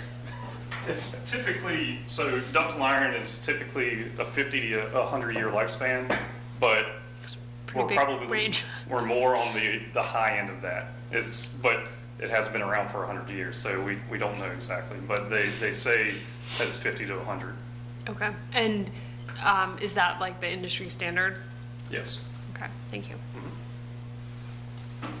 And I think it's also important to note that it's not just you put it in the ground, turn on the water and forget about it. It also requires adequate asset management and maintenance as well to get as much of that useful life out as possible, to avoid those expensive replacements that you have to get as much useful life as possible out of the infrastructure. Thank you. And as I mentioned, Ravenna's share of the cost of the water utility represent about 56%. That's a little bit higher, and again, we're projecting that to get larger as RWSA fully implements the community water supply plan. You've seen this chart before. This is updated as just the beginning of this calendar year, showing the status of the different sections. You can see when they've been awarded, the cost differential between the city and the county, and the total project cost as it was envisioned at that time. Bottom line, of the $264 million of the total project, the vast majority of that is related to ACSA, but the city utilities are responsible for $77 million of that, of those projects. Any questions on this before I go past it? Because this is going to be, as you look at water rates over the next few years, we do detail this a little bit more in the utility rate report. This piece of the water budget is going to get bigger and bigger and bigger as these projects come to fruition. Ravenna issues all the debt associated with those projects, and that debt service is fully online. So obviously water rates have increased, over the past 6-7 years significantly, with more to come with these projects. Have you calculated out yet, like a ballpark estimate of over the next 3 to 5 years, how much this is going to increase rates? So we do a projection over the next 5 years, not just of the Ravenna piece, but all the other pieces associated with the utility rates. I believe the average is about 8 to 9% per year over that time period. Again, those are ballpark. It varies a little bit from year to year. I would caution you, though, that a big pieces of that are associated with not only Ravenna's infrastructure, but our infrastructure as well. Projecting capital costs has been difficult in recent years, and I can't imagine that getting any easier going forward. So again, it's based on the best information that we have available, but then every year as we set utility rates, we're getting better estimates of those figures. So again, that's we provide that to provide some projection of what we think they are, and that's where it is now. But again, I would caution it with that caveat that so much of that is based on capital improvement projects. But I guess you could say, with all those caveats, that people could expect at a minimum around 10% increases annually for a number of years. I wouldn't go so far as to say that. Again, the ballpark is 8 to 9% on that average, based on projection of what we know from Ivana, our historic costs for some of our things, our projected, the debt service associated with city projects. We know what we've issued in the past. We have some idea of what we're going to be issuing going forward. So that 8 to 9% is the best information we have available for all of those pieces. What they ultimately will be, unfortunately, my crystal ball isn't quite that clear. Thank you. Can I ask a follow-up on that same note? Were there several years recently where rates didn't go up, and now we're making up for that? Okay. No, water and sewer rates, and since I've been here in 2015, have gone up to some degree or another over that time. Except for the COVID year, we held them flat, just given the circumstances of what was happening at that time. But they have gone up to some degree over that time. And earlier today, I looked at it just as an interesting benchmark. Since 2019, that compared to what's proposed, was just on the water and wastewater side, $50 less per month for the average customer. So between 2019 and what's proposed, the yearly bill for the average customer has gone up about $600 just on the water side. For the, So it is for a year. right for the year. So pretty meaningful. Absolutely. Again, as Jason mentioned, safe, reliable, quality utility services are not inexpensive. And again, they're funded by the water customers, the wastewater customers, and so forth individually.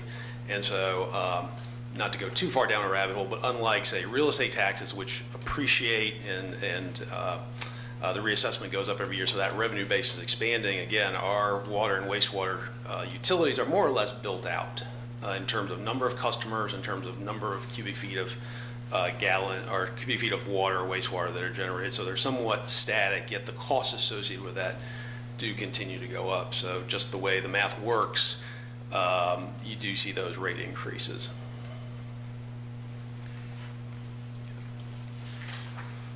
On wastewater, the total wastewater revenue requirements for FY27 are roughly $20.5 million. This is up $1.4 million from this year.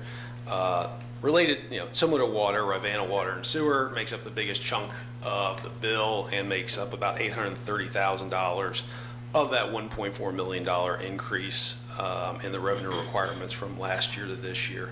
Again, on the left, you see the value that folks rate their wastewater service, 92%. Again, a good number by itself, but again, it's slightly less than it has been. So similar to water, that certainly makes us aware of that to make sure that we are doing as much as we can to communicate, but also ensure that there is value in what folks are paying for their utility services. Stormwater, total stormwater revenue requirements are just a touch over $5 million. It's about a $906,000 increase. The big drivers of that are infrastructure related. The cash portion of the CIP of capital projects that are going to be funded is up about $500,000, as well as an increase in debt service for stormwater projects that have been bonded. It goes up about $285,000. One thing I note on this, the 89%, this is the lowest of the utilities, which again, taken by itself, maybe not a bad number, but it is lower. And from what Jason and Lauren, what they describe is, they really seem that folks don't really totally understand the stormwater utility. What are they getting? What's it used for? So there's been a real effort to do additional outreach. They've referenced the Stormwater Drain Art Program, which I think some of you have seen, very popular, just to better communicate exactly what the stormwater utility is and what those funds are used for. And so hopefully that number will be going up as a result of those outreach efforts. And then finally, natural gas, the total revenue requirements are just a touch over $34 million for the upcoming fiscal year. That's about $1.3 million less than they were a year ago. The big driver of that is the decrease in the cost of natural gas, which we're projecting is about just a little over $800,000 less than it was a year ago. You'll see the various, gas supply purchase makes up the largest share of that utility bill, and you can see the other relative pieces of that pie that go along with that. Again, 93%, excellent, good, or fair value.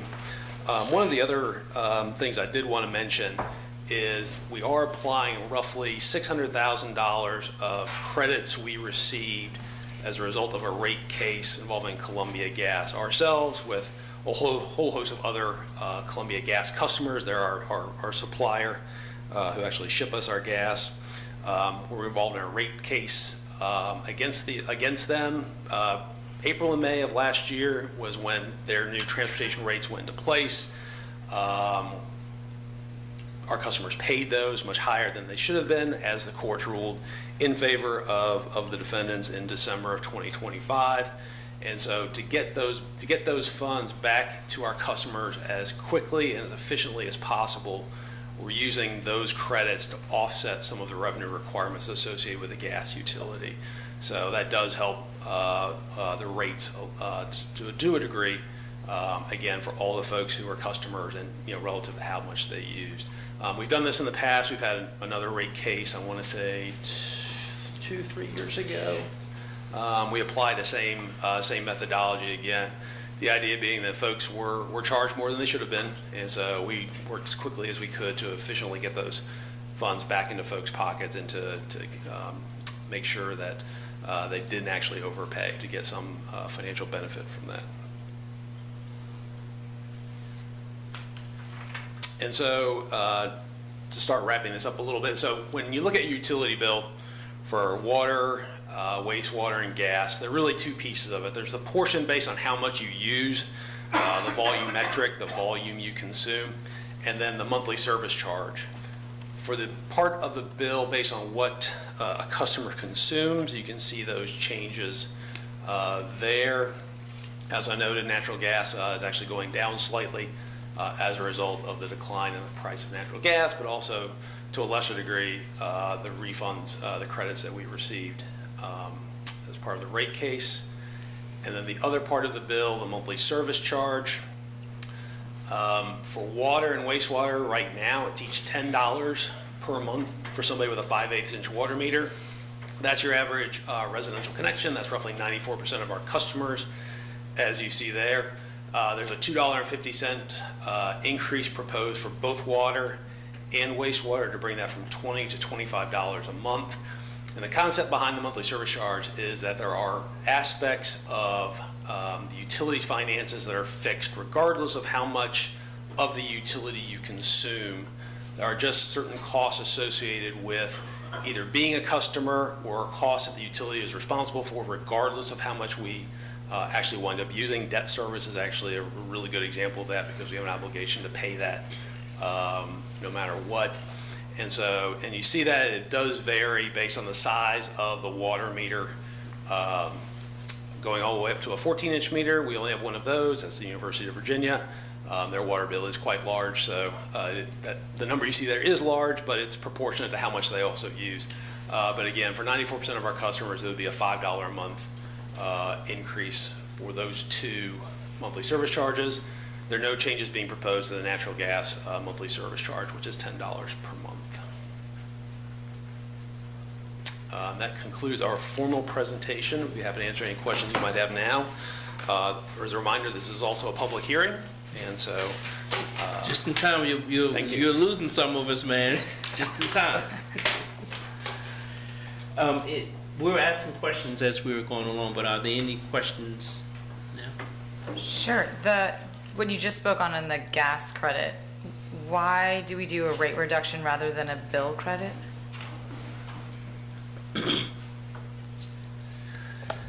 We don't do the bill credit because it was based on certain, to do that, we haven't actually done this before, but just as I thought through the exercise of doing that, we would have to go back to figure out who were customers at that time, how much did they consume, what was the price of gas at that point in time, and then, another real challenge would be, given the transient nature of our community, can we find those folks? Now, the majority of folks are still at the address where they were, but certainly not everybody.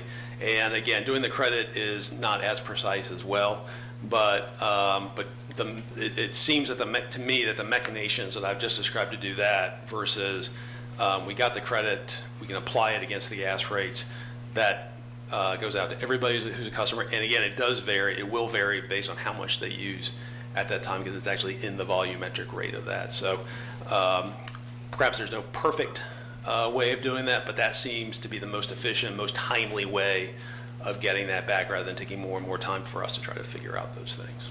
Thank you. I have one more question, which is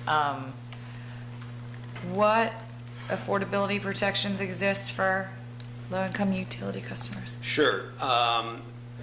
For natural gas, the largest one is the LIHEAP program, the federally administered LIHEAP program that actually is administered on the local level by our Department of Social Services. They handle that. It's income-based. There's a whole process associated. That's a very well-established federal program.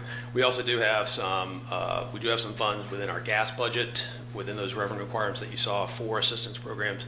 Similarly, we also have local funds available for water and wastewater as well. Last year, we increased the water and wastewater credits from $150 per year per utility to $250. So it went from $300 in total to $500 in total. The simplest explanation being that the $150 was put in roughly 2012, and obviously, as Councilmember Payne referenced, utility rates have gone up over that time, and so the math actually just kind of worked out that if you compound those increases on top of the 150, it gets you to about 250. So again, it was, that adjustment was needed and due to make sure that the assistance program is keeping up with those rate increases. And so if residents need to activate that, they contact you or? They contact our utility billing office. Utility, okay. Thank you. Is that it? Lloyd, do you have any questions or comments? No, do you have any additional? Yeah, I have a couple questions that I've already gotten a chance to ask, but I wanted to ask them for the benefit of the public, which is in the, I don't know if it's worth bringing up this slide, but the last one with the proposed monthly service charge and the adjustment. One of my questions was, it's a 25% upcharge across the board. Was there a way to do a, like a stepped up charge? So the larger the water meter, the larger the increase to offset some of the lower ones. And you answered. The answer is, the short and simple answer is no. Because again, that table is based upon the size of the water meters. And so you want to maintain some proportionality between how big is a 5/8 inch water meter versus a 14-inch water meter. And again, that's a set ratio. And so in order to continue to equitably distribute those fixed costs across those customers based on that, you see that it's 25% per water meter side, even though the dollar amount does differ accordingly. Thank you. And then part of the, where are my notes? One of my other questions was, since there's savings in the gas side of things, why can't that rate stay the same and we discount one of the other utilities? And Sure. you explain. Sure. So again, it goes back to the concept of enterprise fund accounting, in that each one is separate. Gas payers pay for gas service and infrastructure, not water, not wastewater, not stormwater, and that's true for each of those. So there's no crossing of money across the utilities as a result of that. Thanks. Even though it's managed by you all, it is a separate. Correct. Each one is a separate pot of money, for lack of a better term. And then for the offsets that were mentioned earlier, some of this price increase goes towards purchasing offsets. So in the gas utility, I believe the amount is just a little over $300,000 for next year. So that is built into those revenue requirements that you see listed on that chart and built into the rate calculations accordingly. Okay. And can you remind me what we're doing with our offsets? I'm going to defer to Jason more on that. Please. Sure. So when we had talked about that, the thought was to renew for 1 year to give the Office of Sustainability a chance to see what else was out there. So then if there's anything local, any other programs that we can invest in, we could do it at that time. But that was the direction that we were provided, and that's what we went with. And for the projects that are available on the menu, how much control do we have about picking them? We do have some control. I wouldn't say we have absolute control over that, but we can provide our supplier with what kind of projects we would like to see happen. But we can't, we're not going to be able to say we want to do this specific project. And have we provided that information? We have not. We're actually in the process with the contract now, so we have not had those conversations yet. Is the Office of Sustainability in these conversations? They will be, yes. Okay. Picking those projects, yes, and I think they were, if I recall correctly, they were involved the first time when we first started with carbon offsets back in 2021. Okay. I think, I certainly don't want to speak for everybody here, but I think if we do have any kind of say in the direction of where we can point that money, making sure it is highest best use, definitely not a wind farm funding an oil rig, or, just making sure that that is going towards as high a quality project as we possibly can direct it, while we do look at how we can spend that money differently next year. Understood. Can I say that everyone Yeah. is on board with that? Yes. Okay, thank you. Michael? I want wastefulness. Along that line of questioning, so, a small portion of the natural gas utility fees obviously go to carbon offsets, so it is relevant to this conversation. When is the deadline for making a finalized decision about whether to continue with BP carbon offsets for 1 year or not? Well, we actually just got the contract today. So that's, that has not been signed, but we were planning on moving forward with that. If those conversations need to happen, then we need to speak with city management and figure that out very quickly. Well, I would certainly say my perspective is I don't think it should be renewed for a year. I think it would be better off investing that money into local initiatives. I just structurally don't think there is a way for those BP carbon offsets to accomplish what we want. So that's at least where I am at. Sure. And, that's good to know. Time is urgent, but it isn't finalized yet. But I guess it's approaching the deadline for when you make a decision to extend by a year or not. Correct. Do you know when that final decision will occur? No, I do not. I do not know that this time. I don't know what that deadline is, but we were planning on moving on it very quickly because, like Chris said, we've baked it into the rates, and that's what we were going to do. Can I follow up on that? Do you Sure. mind? So that is something that at least I know I've expressed as well, that we're not gung-ho about the 1 year extension, but what was explained to us was that there was a fiduciary obligation to ensure highest certification of whatever the money goes towards or something. Can you explain a little bit more about how we need to, why we're doing this, or why we've been kind of While we're doing what? the 1 year extension instead of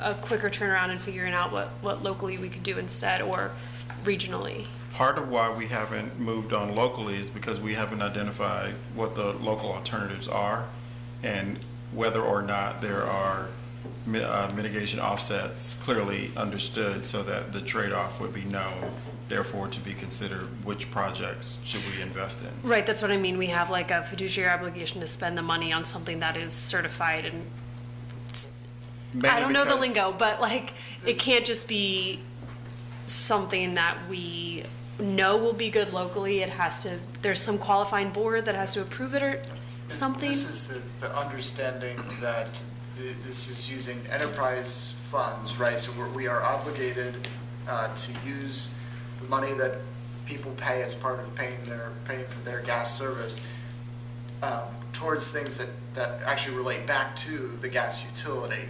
And so if we're using the money to offset the carbon impact, that's a qualifying use. But we have to demonstrate that in fact that those dollars are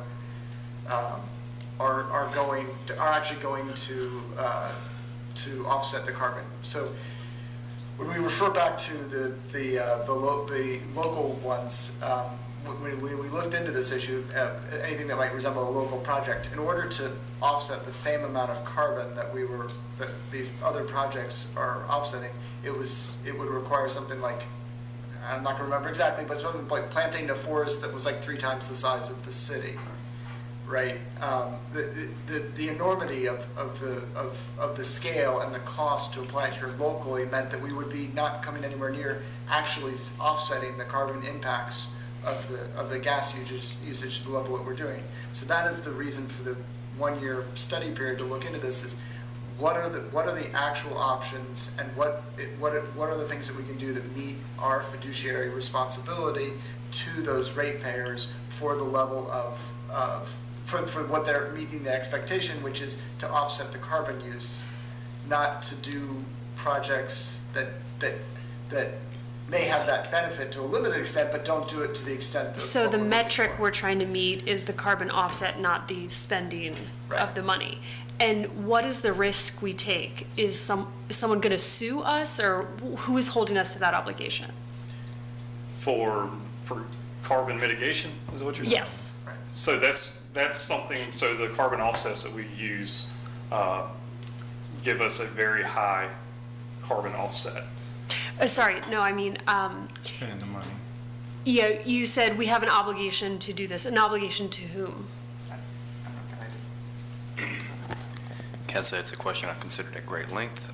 However, it's a well-stated principle of law that we do have to use enterprise funds for costs that are attributable to the enterprise itself. And if we're seeking to offset carbon, there's not some magic number. You offset this much, you're good. You offset this much, you're not. But whatever project we put money into needs to be traceable back to the, just for lack of a better term, damage that is done to the environment by our burning of fossil fuels. If it's very high, that we're offsetting the carbon, we're obviously meeting that standard. If it's not, somebody else could potentially have standing to sue because they are paying money for this enterprise. And if it's being turned to something that is not actually arguably meaningfully offsetting or attributable to a cost or damage caused by the utility itself, then they could potentially bring suit on that basis.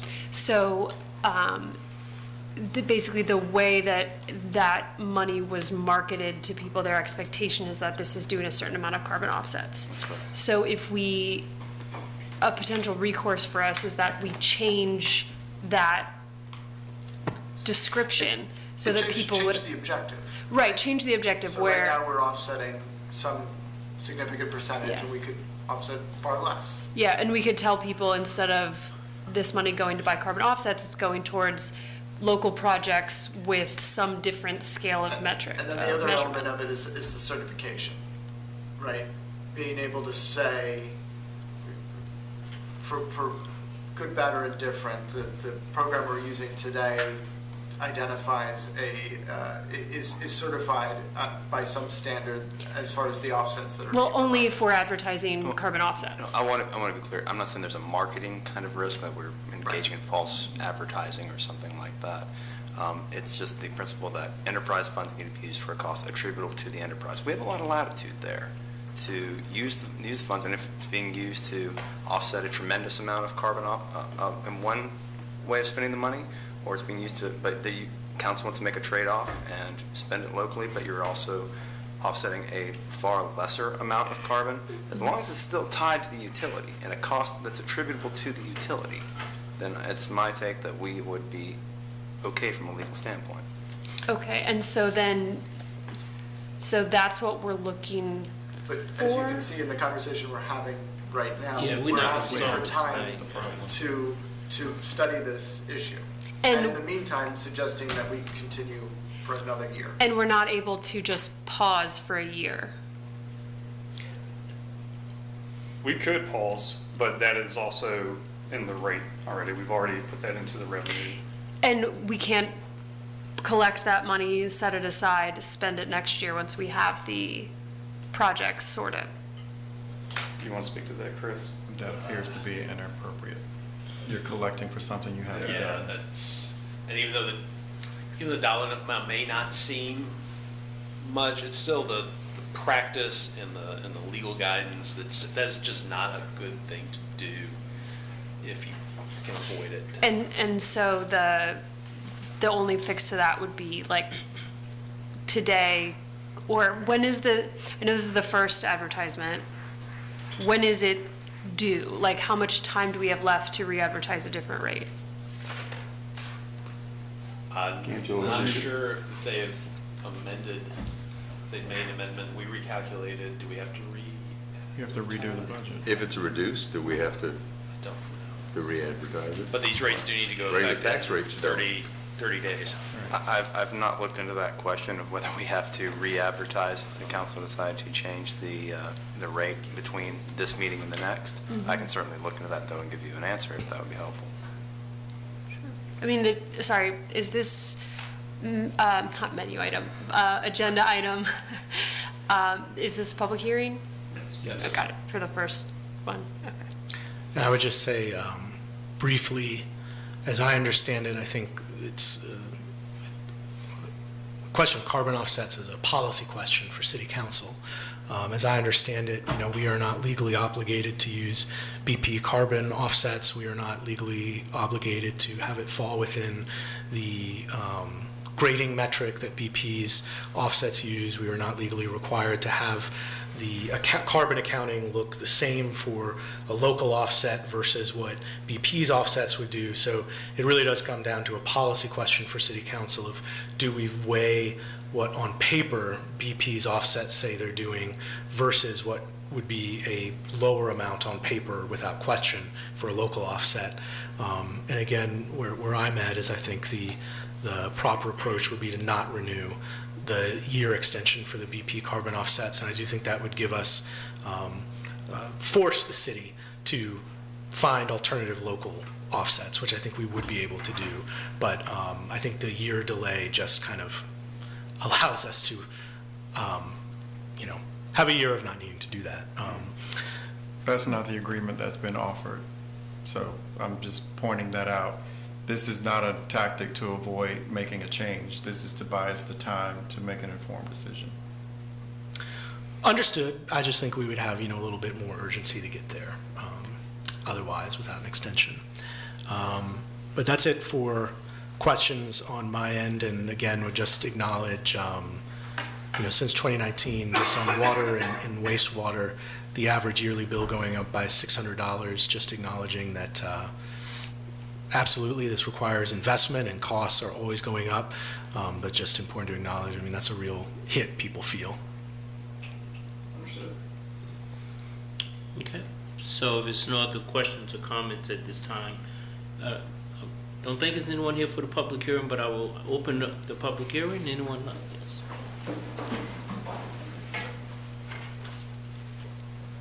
Yeah, Sybil Flynn, Community Climate Collaborative. Obviously, I just would like to respond to a couple of the pieces that I was hearing around offsets and around, our fiduciary responsibility and everything. Carbon offsets, the carbon offset market, as is well understood, I think, by most people who are making these decisions, it's a voluntary market. It's not regulated. There is, as Councillor Payne said, there is no, we're not obligated to use BP. We're not obligated to use this one particular type of methodology. As I mentioned, VeraCarbon, which was the holder of 4 of the 5 projects that we funded last year that retired credits on our behalf without any say-so from the Office of Sustainability,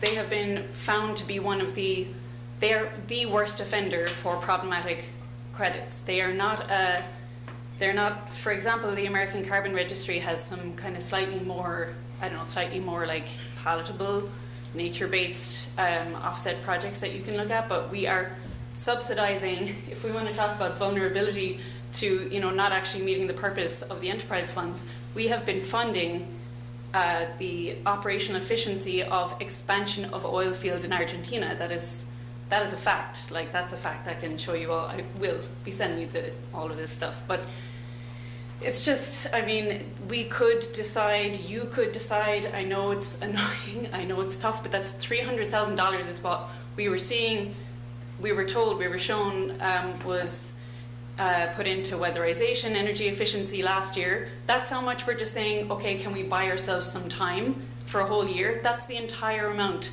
that we put in last year to weatherization from the enterprise fund, as I understood the presentation. You could just double that. Like that. We have the infrastructure. We know that we can pay into existing home weatherization groups. We can pay, LEAP to do this type of stuff. There are a lot of Charlottesville gas customers that could benefit from this directly. It seems like the obvious thing to do. I guess that's all I can say. Thank you. Are there other public comments at this time? If not, I'll close the public hearing and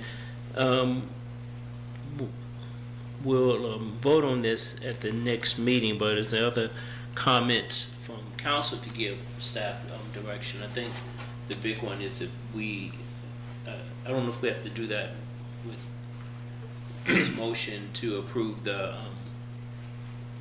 whether we extend the agreement for another year.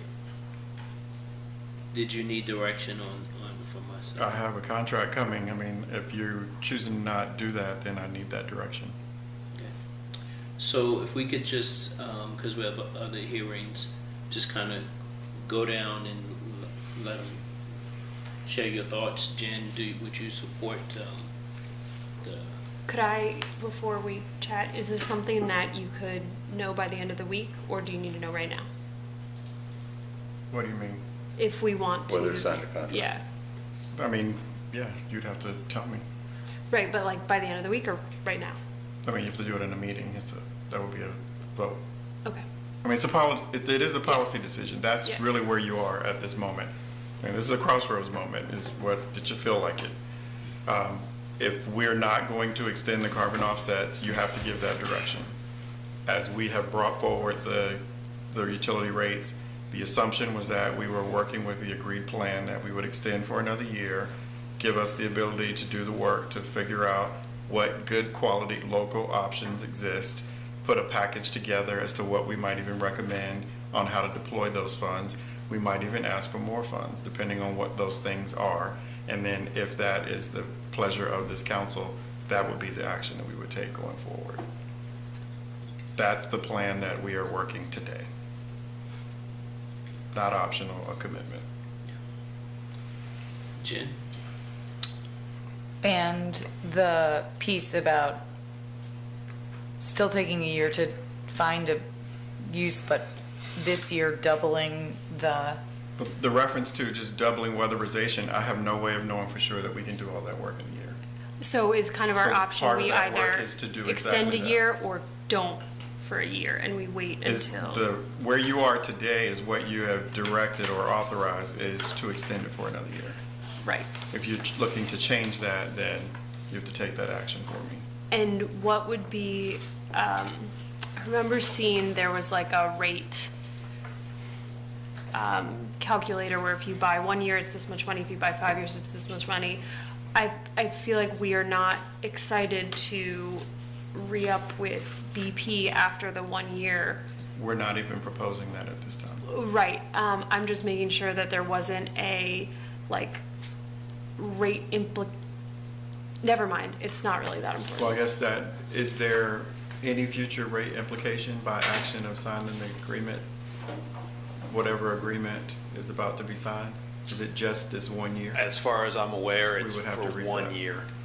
And we can get out of the contract. I can well, I have an attorney over there. We'll make sure he verifies that there's no commitment. We haven't appreciated that there's a commitment because we sign this regularly. Well, if we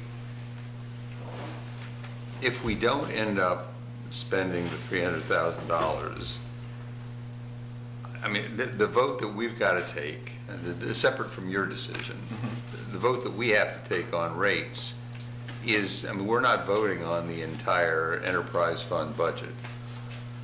We don't have to approve everything in that budget. And if it happened that the numbers, because we didn't end up spending that $300,000, if it turns out that the enterprise fund turned a little bit of an added gain that it was perhaps unanticipated, I don't think that that's a legal problem. No. I mean, my inclination would be, I mean, actually, let me ask, $300,000, as I recall from the numbers, it was like $20 million worth of gas money, something like that. So we're talking about 1.5%, something like that. Are you referring to if we took the $300,000 out? Yeah. It's 1%. Yeah. Roughly 34 million. And we've already charging a lower rate this coming year on gas. I mean, so if we decided that we had so little confidence in BP that we didn't want to give them another $300,000 of our money, I mean, as I recall, when we looked at these numbers, maybe it was just in independent meetings or something, maybe it wasn't in a public meeting, but we looked at the numbers and decided that it would be basically so much more, I mean, it would be basically impossible to duplicate the numbers that BP was telling us they were giving us. Sure. Because you mentioned it would basically mean planting a forest that's 3 times the size of the city of Charlottesville. But if the numbers BP is giving us are bogus, then all bets are off in that respect. I'm toying. I'm really trying to figure out how I think about it. I will admit that I've always thought that the notion of paying for carbon offsets for something that's happening halfway around the world that we can't personally verify is always a little bit. You know, I've never been very happy about that. I think I said so in an earlier meeting, but if we think that the numbers that BP is giving us are accurate, or I suppose another way to look at it is, if we think that they are not reliable, or if we think that the amount of actual benefit to the world ecosystem is not in fact all that it's cracked up to be, because the energy is going to more oil drilling, then that's a decision that bothers me a lot more than I was expecting to be bothered before Ms. Flynn talked about all this stuff. And I don't know, I'm happy to assume that you are reliable in this respect, and I'm happy to assume that there are, in fact, some details and some facts behind all of that. Because we're on a first and second reading basis, I don't know that we need to resolve the problem tonight. But I will say my inclination is to say if I had a choice between sending money to BP for things that I'm not sure that I trust them on versus doubling the size of our weatherization budget locally, my bias would be towards doubling the size of our local weatherization budget. Can I clarify? I think the choice is between one more year of BP and not doing, a year of not doing any kind of carbon offset program or local investment. I suppose that's also an option. So I think we know where you. Well, I really appreciate that this is probably crazy frustrating for staff who did their due diligence and talked to us in advance and tried to get where we wanted to be. I think I also was under the impression we were a little more constrained than we actually might be. And if we can, if we do have the latitude to pause for a year during the year we study instead of spend for a year during the year we study, I would be inclined to pause.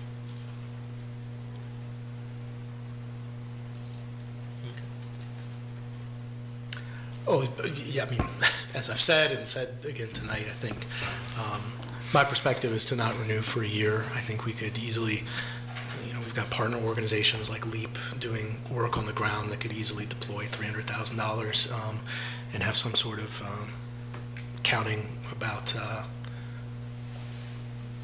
carbon reductions through the weatherization and energy efficiency work they do. That's where I'm at. I know we never had a motion related to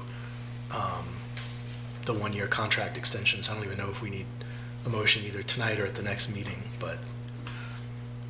Right now, the only thing on your agenda is a public hearing on the ordinance about setting the rates. So it wouldn't be completely out of order for you to amend and make a motion now. However, I would maybe suggest waiting till the next meeting to do so. And it's different than the tax rate where we can advertise whatever we want and then charge anything below it. This is advertising for the actual rate, correct? As I said, I have not delved into this question in any great detail, and the question is just now being presented to me, so I'll be happy to research that in between and get utility staff an answer just as quickly as I can.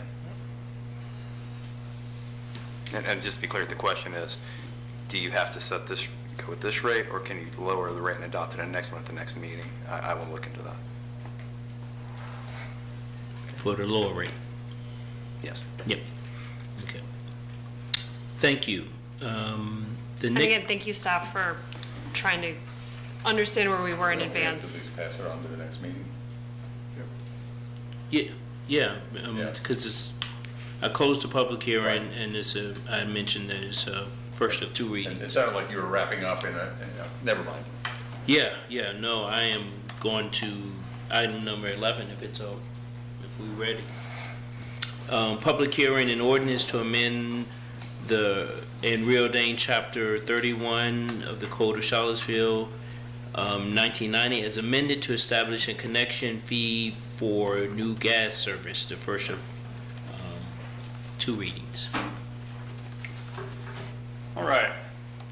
So, as you all are probably aware, we started a new connection fee for gas connections that went active or went live January 1st of 2025. That was $340 for that connection fee. What we are proposing, well, It's not up yet. It's not up yet. You're pushing. yeah, Remy, do you have a slide deck? There we go. not that. Oh, that was a graph that I was potentially interested in if somebody wanted to talk about. Yeah. Well, there we go. All right, thank you. So for the background, so requests for new gas installations, you can see here, they have significantly decreased over the past 7 to 8 years. This past year, we had 95 new requests, 7 of which were in the city, 88 were in the county. So that decline has been 75% over the past 7 to 8 years.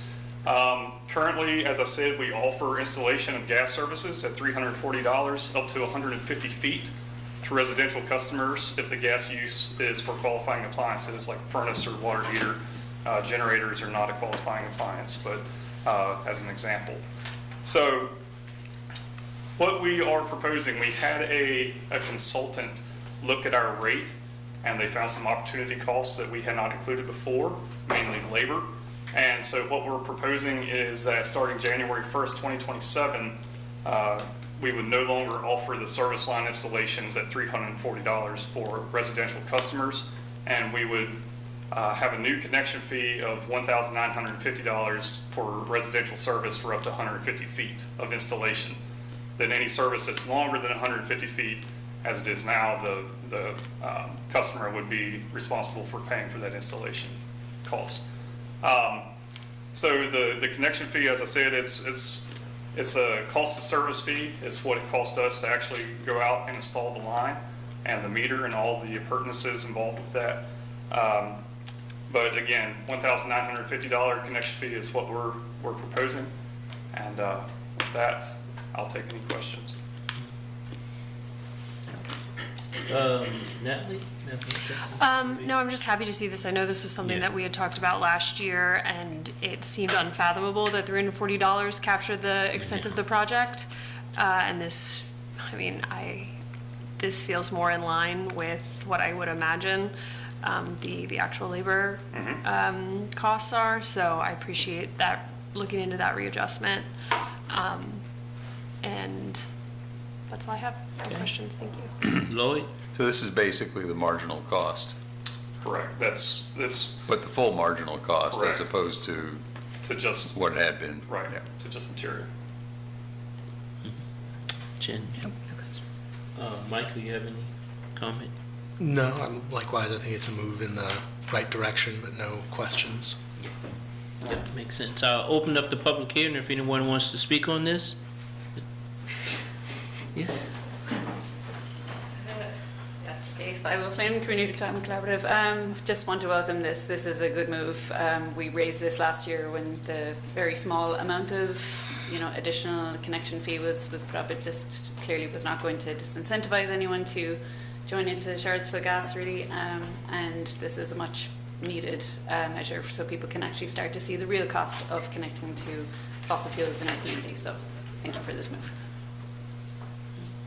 Thank you. Any other comments? Quick question, do we know how many hookups were added in the last year? Just for 20-something. reference? So it was 95 total. 7 were in the city and 88 were in the county. Okay, and do you know if they were large-scale or small-scale residential or commercial? I don't know that off the top of my head, but I imagine most of them were residential. Okay, thank you. So I will close the public hearing, and this is the first of 2 hearings, so we'll vote on this at the next meeting. Does this one go on consent? Fine with me. Yeah. I think it's pretty Great. simple. All right, thank you. The next item is a resolution to appropriate $2,076,900, Lauren? I'm sorry, I was gonna let you finish. in additional funding from the Virginia Office of Children Services to support at-risk children and families. First of 2 readings, Mr. Before you do that, Mr. Mayor, if I could have one indulgence, Ms. Hildebrand, would you come up? I just wanted to take a moment to acknowledge Lauren has announced her retirement, so this is her last rate-setting moment. Did you just make that decision? If she hadn't, she would. So just want to acknowledge her service, her dedicated service to the city of Charlottesville. She has been a model strong leader, and just wanted to give a chance for you all to share anything that you would like to, because there's only 2 meetings left, because August 1st? August 1st. August 1st will be it for her, so just wanted to give you a moment to acknowledge that as well. Yes. So I just like to say is that steady leadership in a position like this is critical. I just been to a few conferences, as you know, in my capacity, and Charlottesville Gas and Utilities is one of those things that that it's a shining bright star for the city, particularly after what happened in Richmond, and I recall when that happened last January. I immediately called Sam. He said, "We good." He said, "We good." I recall that. So, thank you so much, and I hope that you can enjoy retirement. It's 1 year for me, and you're going to be like me. You're going to wish you had done it like years before. So, anyone else like to say anything? Thank you so much. I joked the other day, which I'll say again, that utilities gets beat up a lot because I think there's like this awkward thing where the city has our climate commitment and the natural gas utility is fossil fuel infrastructure. But it is funny that I always think of utilities as our most socialist department because you're a publicly ran major part of our market, and many localities have privately ran ones. And in all seriousness, I think it points to the fact that cities really can run public infrastructure and have it run extremely professionally, competently, and well over a period of decades, which is what our utilities have been. You look at Petersburg, Richmond, other peer localities, we haven't had issues with payments, with quality of service, so it's I don't know. Utilities get beat up sometime, but the quality and professionalism service really is, I think, the best in Virginia, which I think I've always noticed as a counselor. And it's not the most important thing, but it's certainly not insignificant, which is often leadership, especially in departments like Public Works, Utilities, and government in general, is often very male-dominated. And so I just wanted to appreciate the fact that that seeing you in a leadership position is a benefit to other folks who are either looking to lead or also in positions. So up here, when I remember my first meeting when you showed up, I was like, cool. So it's little boosts like that really are helpful. And so I really appreciate you for your leadership and dedication to the city. And I would just add that the best thing about you and your job is that you have not been the news. Yeah. I've often said my grandfather was the borough engineer of Middlesex, of Metuchen, New Jersey, and the county engineer in Middlesex, New Jersey, Middlesex County. And he used to say, if your business is infrastructure and it's exciting, you're doing it wrong. You're doing it right. Thank you. Enjoy. Thank you, Lauren. Leon, I think you're next. Chrissy? Oh, did I miss one? Who's presenting? Chrissy? Leon? Nose goes. I thought I was presenting it, I thought I was asking questions, if there was any questions. Yeah. So I'll read it from this. So what we're asking for through the CSA funds, which is the Children's Services Act, we are asking for more funds to be allocated to our department for several reasons. But the primary issue is that over time, over this past year, we have increased in costs. So therefore, we need the money to be allocated to our department. So I can explain why these costs have increased, but it's $600,096, but that's the portion of it, the entire portion that we're asking to be allocated to our department. So we do a lot of those funds are also federal funds. The portion that would be coming from the city is $423,546. So that would be the city's portion of those funds. And then there's also $133,147 as well that actually comes from the school system as well. So, but that together would equal the total amount of funds that would be going into our department. It is a lot of money. It's a large increase. And what we're seeing is that, over the past 3 years, there's been increases. Last year's increase was similar in size, but not to this level. But what we're finding is when you look at the past several years, there's been a large increase with regards to children coming into foster care. So 3 years prior, there were 48 kids in foster care. As of the last time that I got information, which was last week, there was like 105 children in foster care. So that number has increased about 100% within the past 2 years. But this past year, it's been actually stable with regards to the 105. But we're seeing that since COVID, there's also been just a significant increase in our cases. If you look at FY24 compared to FY25, there's been an increase in substantiated referrals, where in FY24 there was around 323 referrals that were substantiated. This FY25 there was close to 500 referrals that substantiated. So our caseloads have increased. So when you add the increase of foster care and then you add the special education programs through the school, which is our largest increase, is through the special education programs through the schools. And then you also look at our prevention services, that piece where we're doing every effort that we can to try to prevent children from coming into foster care. When you look at that, those numbers, in order to do that work, it's costing more. A big part of the increase in the costs are things such as, there's an increase in mental health in the community. There's an increase in substance use in the community. There's an increase in domestic violence in the community. There's housing issues. At times we have to use these funds to prevent potentially a child from coming into foster care because of what's the issue at hand is housing. A parent may be able to meet their child's social emotional needs, but with regards to if they don't have a place to stay, then how we can't have children on the street. And then in the absence of a family shelter, oftentimes it leaves us in situations where we may potentially have to place a family in a hotel, without a potential plan, and work a plan in order to ensure that the family stays connected. So there's a lot of complexities around the work that we do.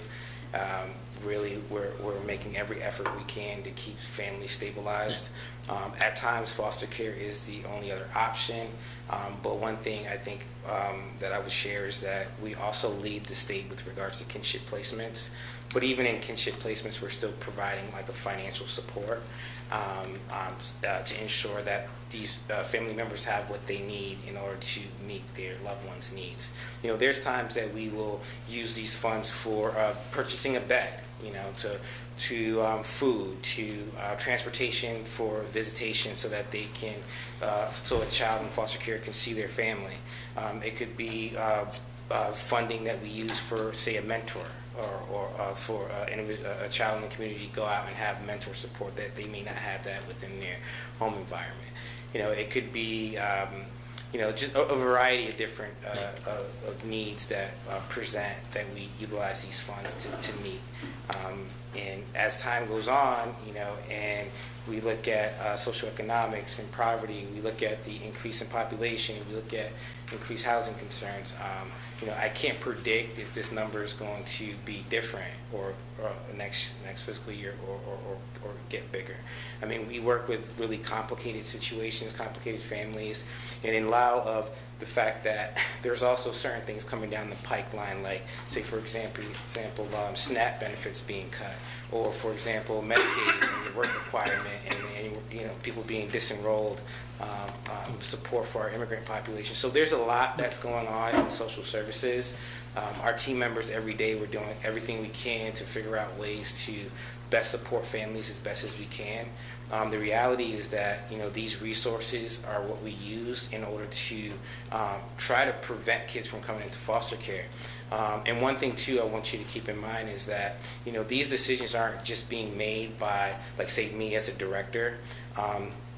When it comes to special education programs, you know, the schools make decisions with regards to can they educate a child in the classroom, or do they need to have them in a program that actually provides a higher level of education, and is that best for the child? So the schools are making those decisions. We're administering these funds, but we're not making the decisions with regards to if children are placed in special education programs.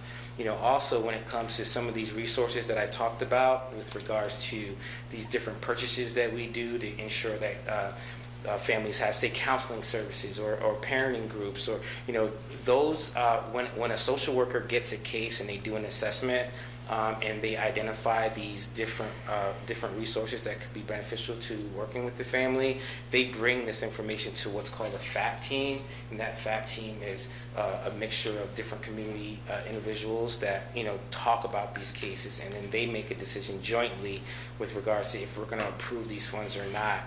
So once these funds get approval, then we are working with our vendors to get these services in place. So they're not just driven, these decisions aren't just driven through social services, it's collective decisions by community partners, by the school system, and we're really administrating these funds, but we also are really leaning on these funds because without this support, you know, our team members don't have the tool, they don't have, you know, they don't have these resources that they need in order to, like, help stabilize families, help them to potentially, you know, pay a light bill or rent bill to prevent them from being, like, evicted. So these are the funds in which we're talking about. Thank you. Sorry about that. Questions? I mean, I thank you for explaining everything so clearly. I think with regards to a lot of the concerns you brought up, you're preaching to the choir here, and we're It's just a lot of money. yeah, there's a lot going on. I just mean in terms of, like, you're making a case and we're on board. Okay. But I do have a question about the funding allocation. Where's this coming from? That's the next item. Oh, sorry. Never mind. Other questions No or additional comments? questions. So this just gets us through the end of the month? Yeah, this is for the end of this fiscal year. Okay. Sure. Yeah, and likewise, I mean, I think pretty straightforward, and I'm supportive of the actions in front of us this evening. And I think it's important for the community to be able to see and hear how much work you all do and the kind of things behind the scenes that are being impacted. You touched on this a little bit, and I'm sure it's hard to predict, but I think literally just today, changes with SNAP and Medicaid are taking effect that I think over 300,000 people in Virginia are anticipated to lose Medicaid, and about 50,000 adults are expected to use SNAP. What is kind of the scale of the impact of that for this kind of work that you're anticipating? I mean, Sure. Yeah, I mentioned the SNAP benefits because many of the families that we work with are depending on SNAP benefits for food. It's pretty consistently. When we're looking at the changes with regards to work requirements and those things, the reality is that people will be ineligible, right, over time.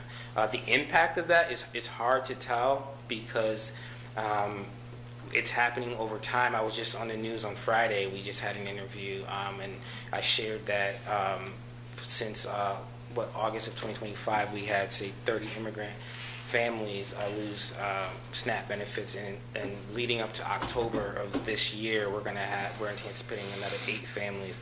But with regards to overall scale, it's just hard to fully understand.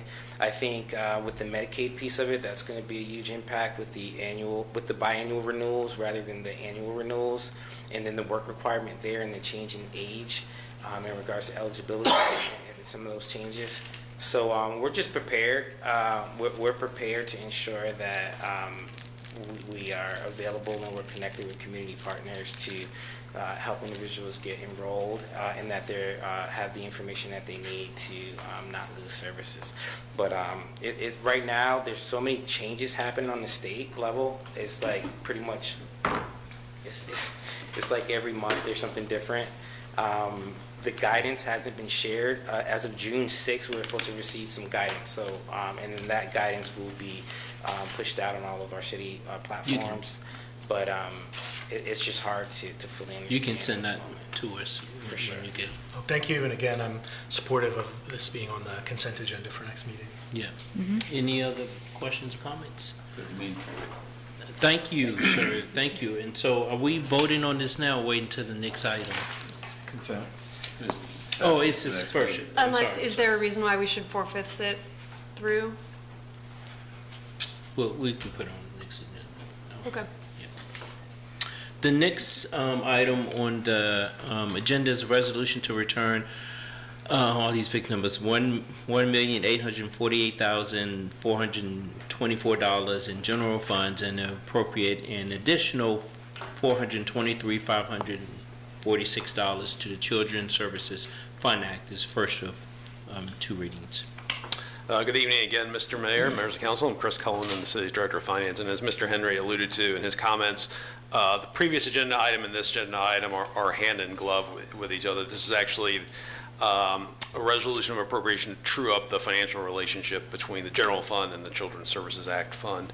Last year, in FY25, the city moved funds from the general fund into the CSA fund for many of the reasons that Mr. Henry talked about, just the expected costs, the increased caseload, some of those sorts of things. But the actual costs were lower than what we had transferred over. And so what this resolution does, so those funds are currently residing in the fund balance of the CSA fund. And so this item that you're being asked to consider moves that money back to the general fund, so it's crossing funds. And then asking for your approval to, as the previous item noted, add $423,546 to the CSA fund in the current year to get us to the rest of the fiscal year, and that the remaining balance of that, $1,848,424, that is not needed in CSA be returned to the general fund. And so this item, as I mentioned, sort of trues up all of that and actually gets the money that you previously considered in the previous agenda item to where it needs to be. Okay. Any questions on this? No, likewise, I would be supportive of this on the consent agenda next meeting. Yeah.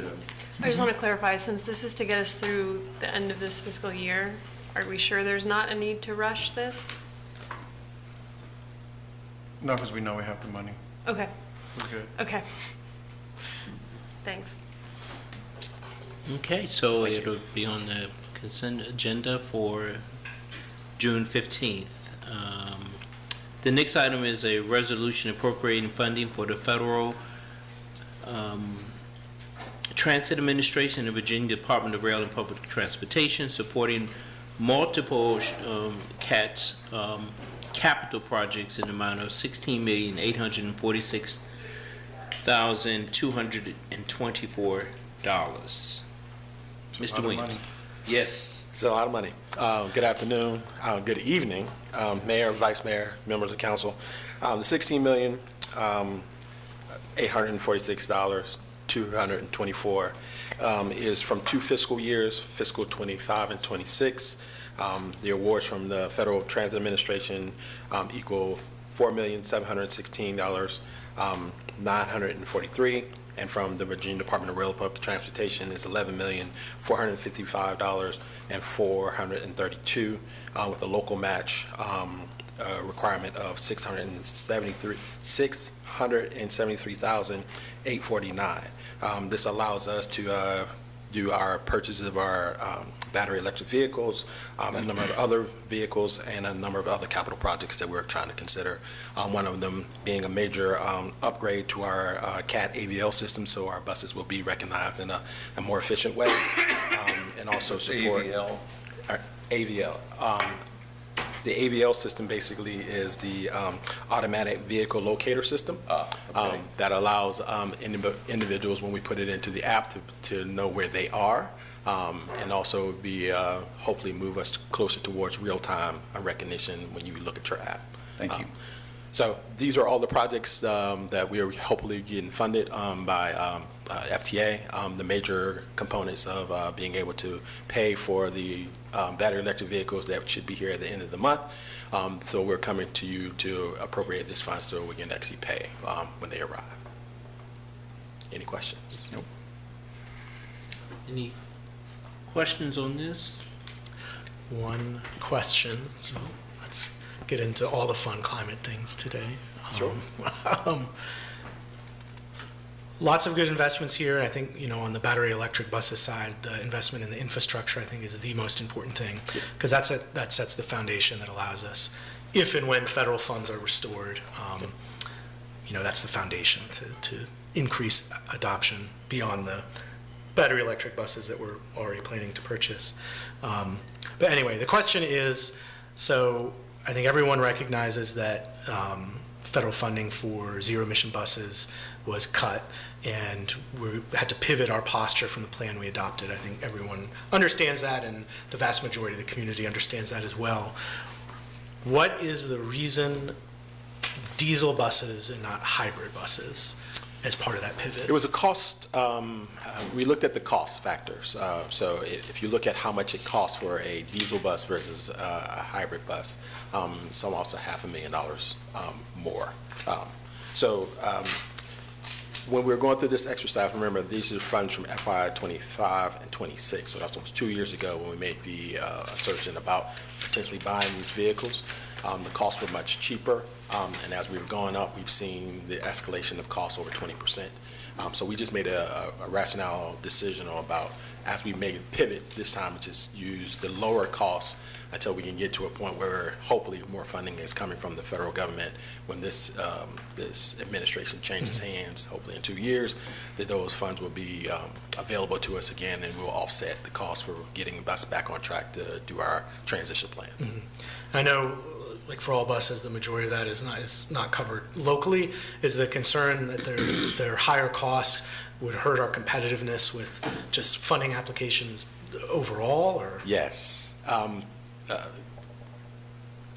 Part of what we're concerned about, what I'm concerned about in my team, is we're going to be asking the state and feds for a lot of money because there is a requirement that we need to do a significant upgrade to our maintenance facility to maintain whatever level of alternative fuel vehicles that we're going to go to.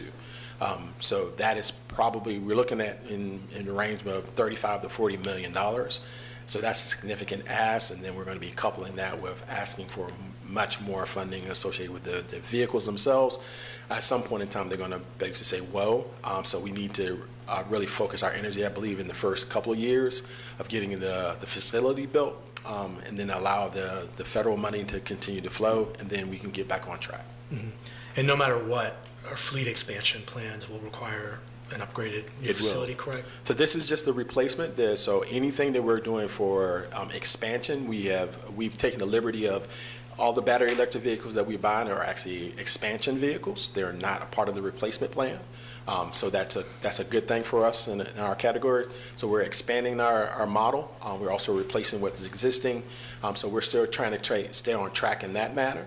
But this allows us to potentially, like I said, feel out what's going on at the federal level and then move quickly when we have an opportunity to do so. Thank you. That's it. When do we expect the buses to arrive? The battery electric buses, hopefully in the next 2 weeks. So remember, we ordered them 2 years ago. Yeah. It takes almost 2 years to get them here. And we ordered the three, so if you can see in the document, we asked for so like 11, but depending on how you look at the funding model, it's going to be less than that because we asked for a certain amount 2 years ago to fund this, and the vehicles are significantly higher than that, so we will use the funds and buy as many vehicles as we possibly can. We don't have the ability to go back and ask for more. So that's for the diesels. For the diesels. And when would they likely come? So we've talked to Gillick, and they've moved us up in the model, so we're anticipating potentially 3, they moved us up in the model, so we're going to get 2 more battery electric vehicles next March.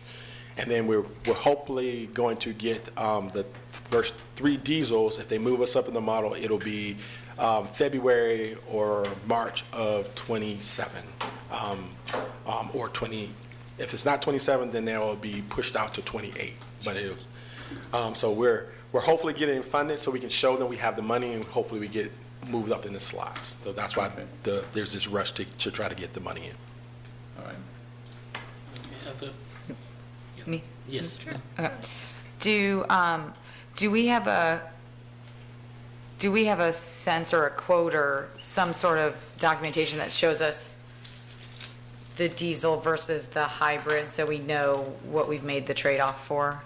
Like, you're saying it's much more expensive to do the hybrid, but do we know how much we saved? So we have a chart that I can share with council that shows how much we have allocated. So we have a replacement schedule that shows how many buses we can place per year. And we've laid out a scenario, whether it's diesel, hybrid, or battery electric. We can show you what each one of those costs and what the cities, based on the current, the last order that we made was the Washington State contract. We don't know what the new numbers are, so we're using those numbers as a means to just show you the amount in difference. But we don't know what the new numbers are going to be. The Virginia State contract, which was null and void, just went up. So we won't know what the numbers are. They're finishing that. Hopefully we'll know by end of July. And then we'll hopefully be able to make our next order associated with the amount of money we have available to us. Okay, and then, thank you. And then the next question is, for the BEV pilot, how do we assess if that's successful? What's the framework for that? So we're going to be working with Gillick and the Office of Sustainability. We're working out a methodologies to track how many times we use it, how often we have to, how much electricity we're using, how often, how much range and mileage we're going to go, how often we have to charge it in the middle of the day. So all of those things are being worked out with us and Office of Sustainability. They're going to help kind of monitor that for us and work with us.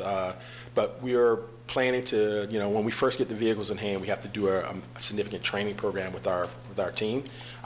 So as we work through that, we'll be working with the final details of Office of Sustainability to figure out,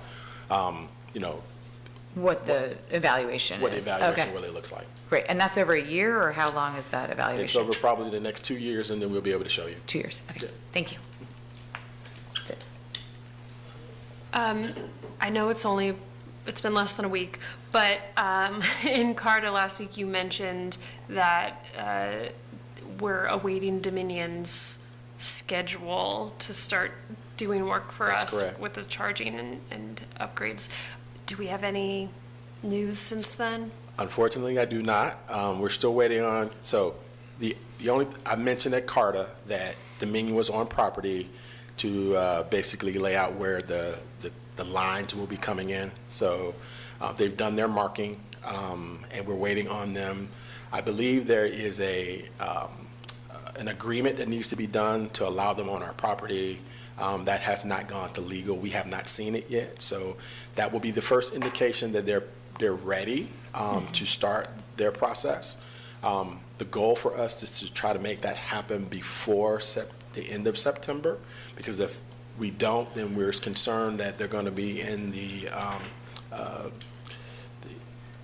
hurricane posture, and then that will pull resources away from getting this done.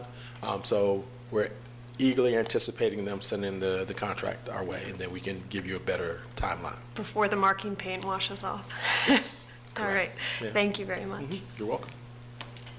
Michael, did you have any other questions? No, just a comment that I hope in the future, I would be interested in really, as we've pivoted, the diesel expansion being a larger part of it, for council to have the ability to explore, could it make sense to have diesel hybrid be a real part of that? Because as I understand it, our first hybrids sucked and they literally had a faulty part. But that's been a long time now, so I'd be curious if the current generation of hybrids are as reliable and if there would be potential cost savings on fuel. And just, again, given that we've had to pivot, is there a role for hybrid? But, I don't know too much about the current generation of hybrid buses. My team and I can prepare something for you in maybe in a 221, we have you explore in more detail about this situation, but we've heard good things about the next generation of hybrids. But there's a cost. They're not much cheaper than the battery electric, so it's only like $100,000 difference. It's not a lot. Yeah. Okay, so do we want this on the consent agenda for June 15th? Okay. Thank you, sir. Thank you. Last opportunity for public input. Anyone else like to speak?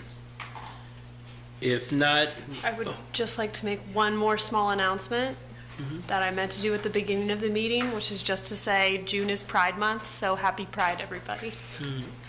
Okay. Thank you. Is there a motion to adjourn? So moved. Second. All in favor, please say yes. Yes. All opposed, please say no. Thank you.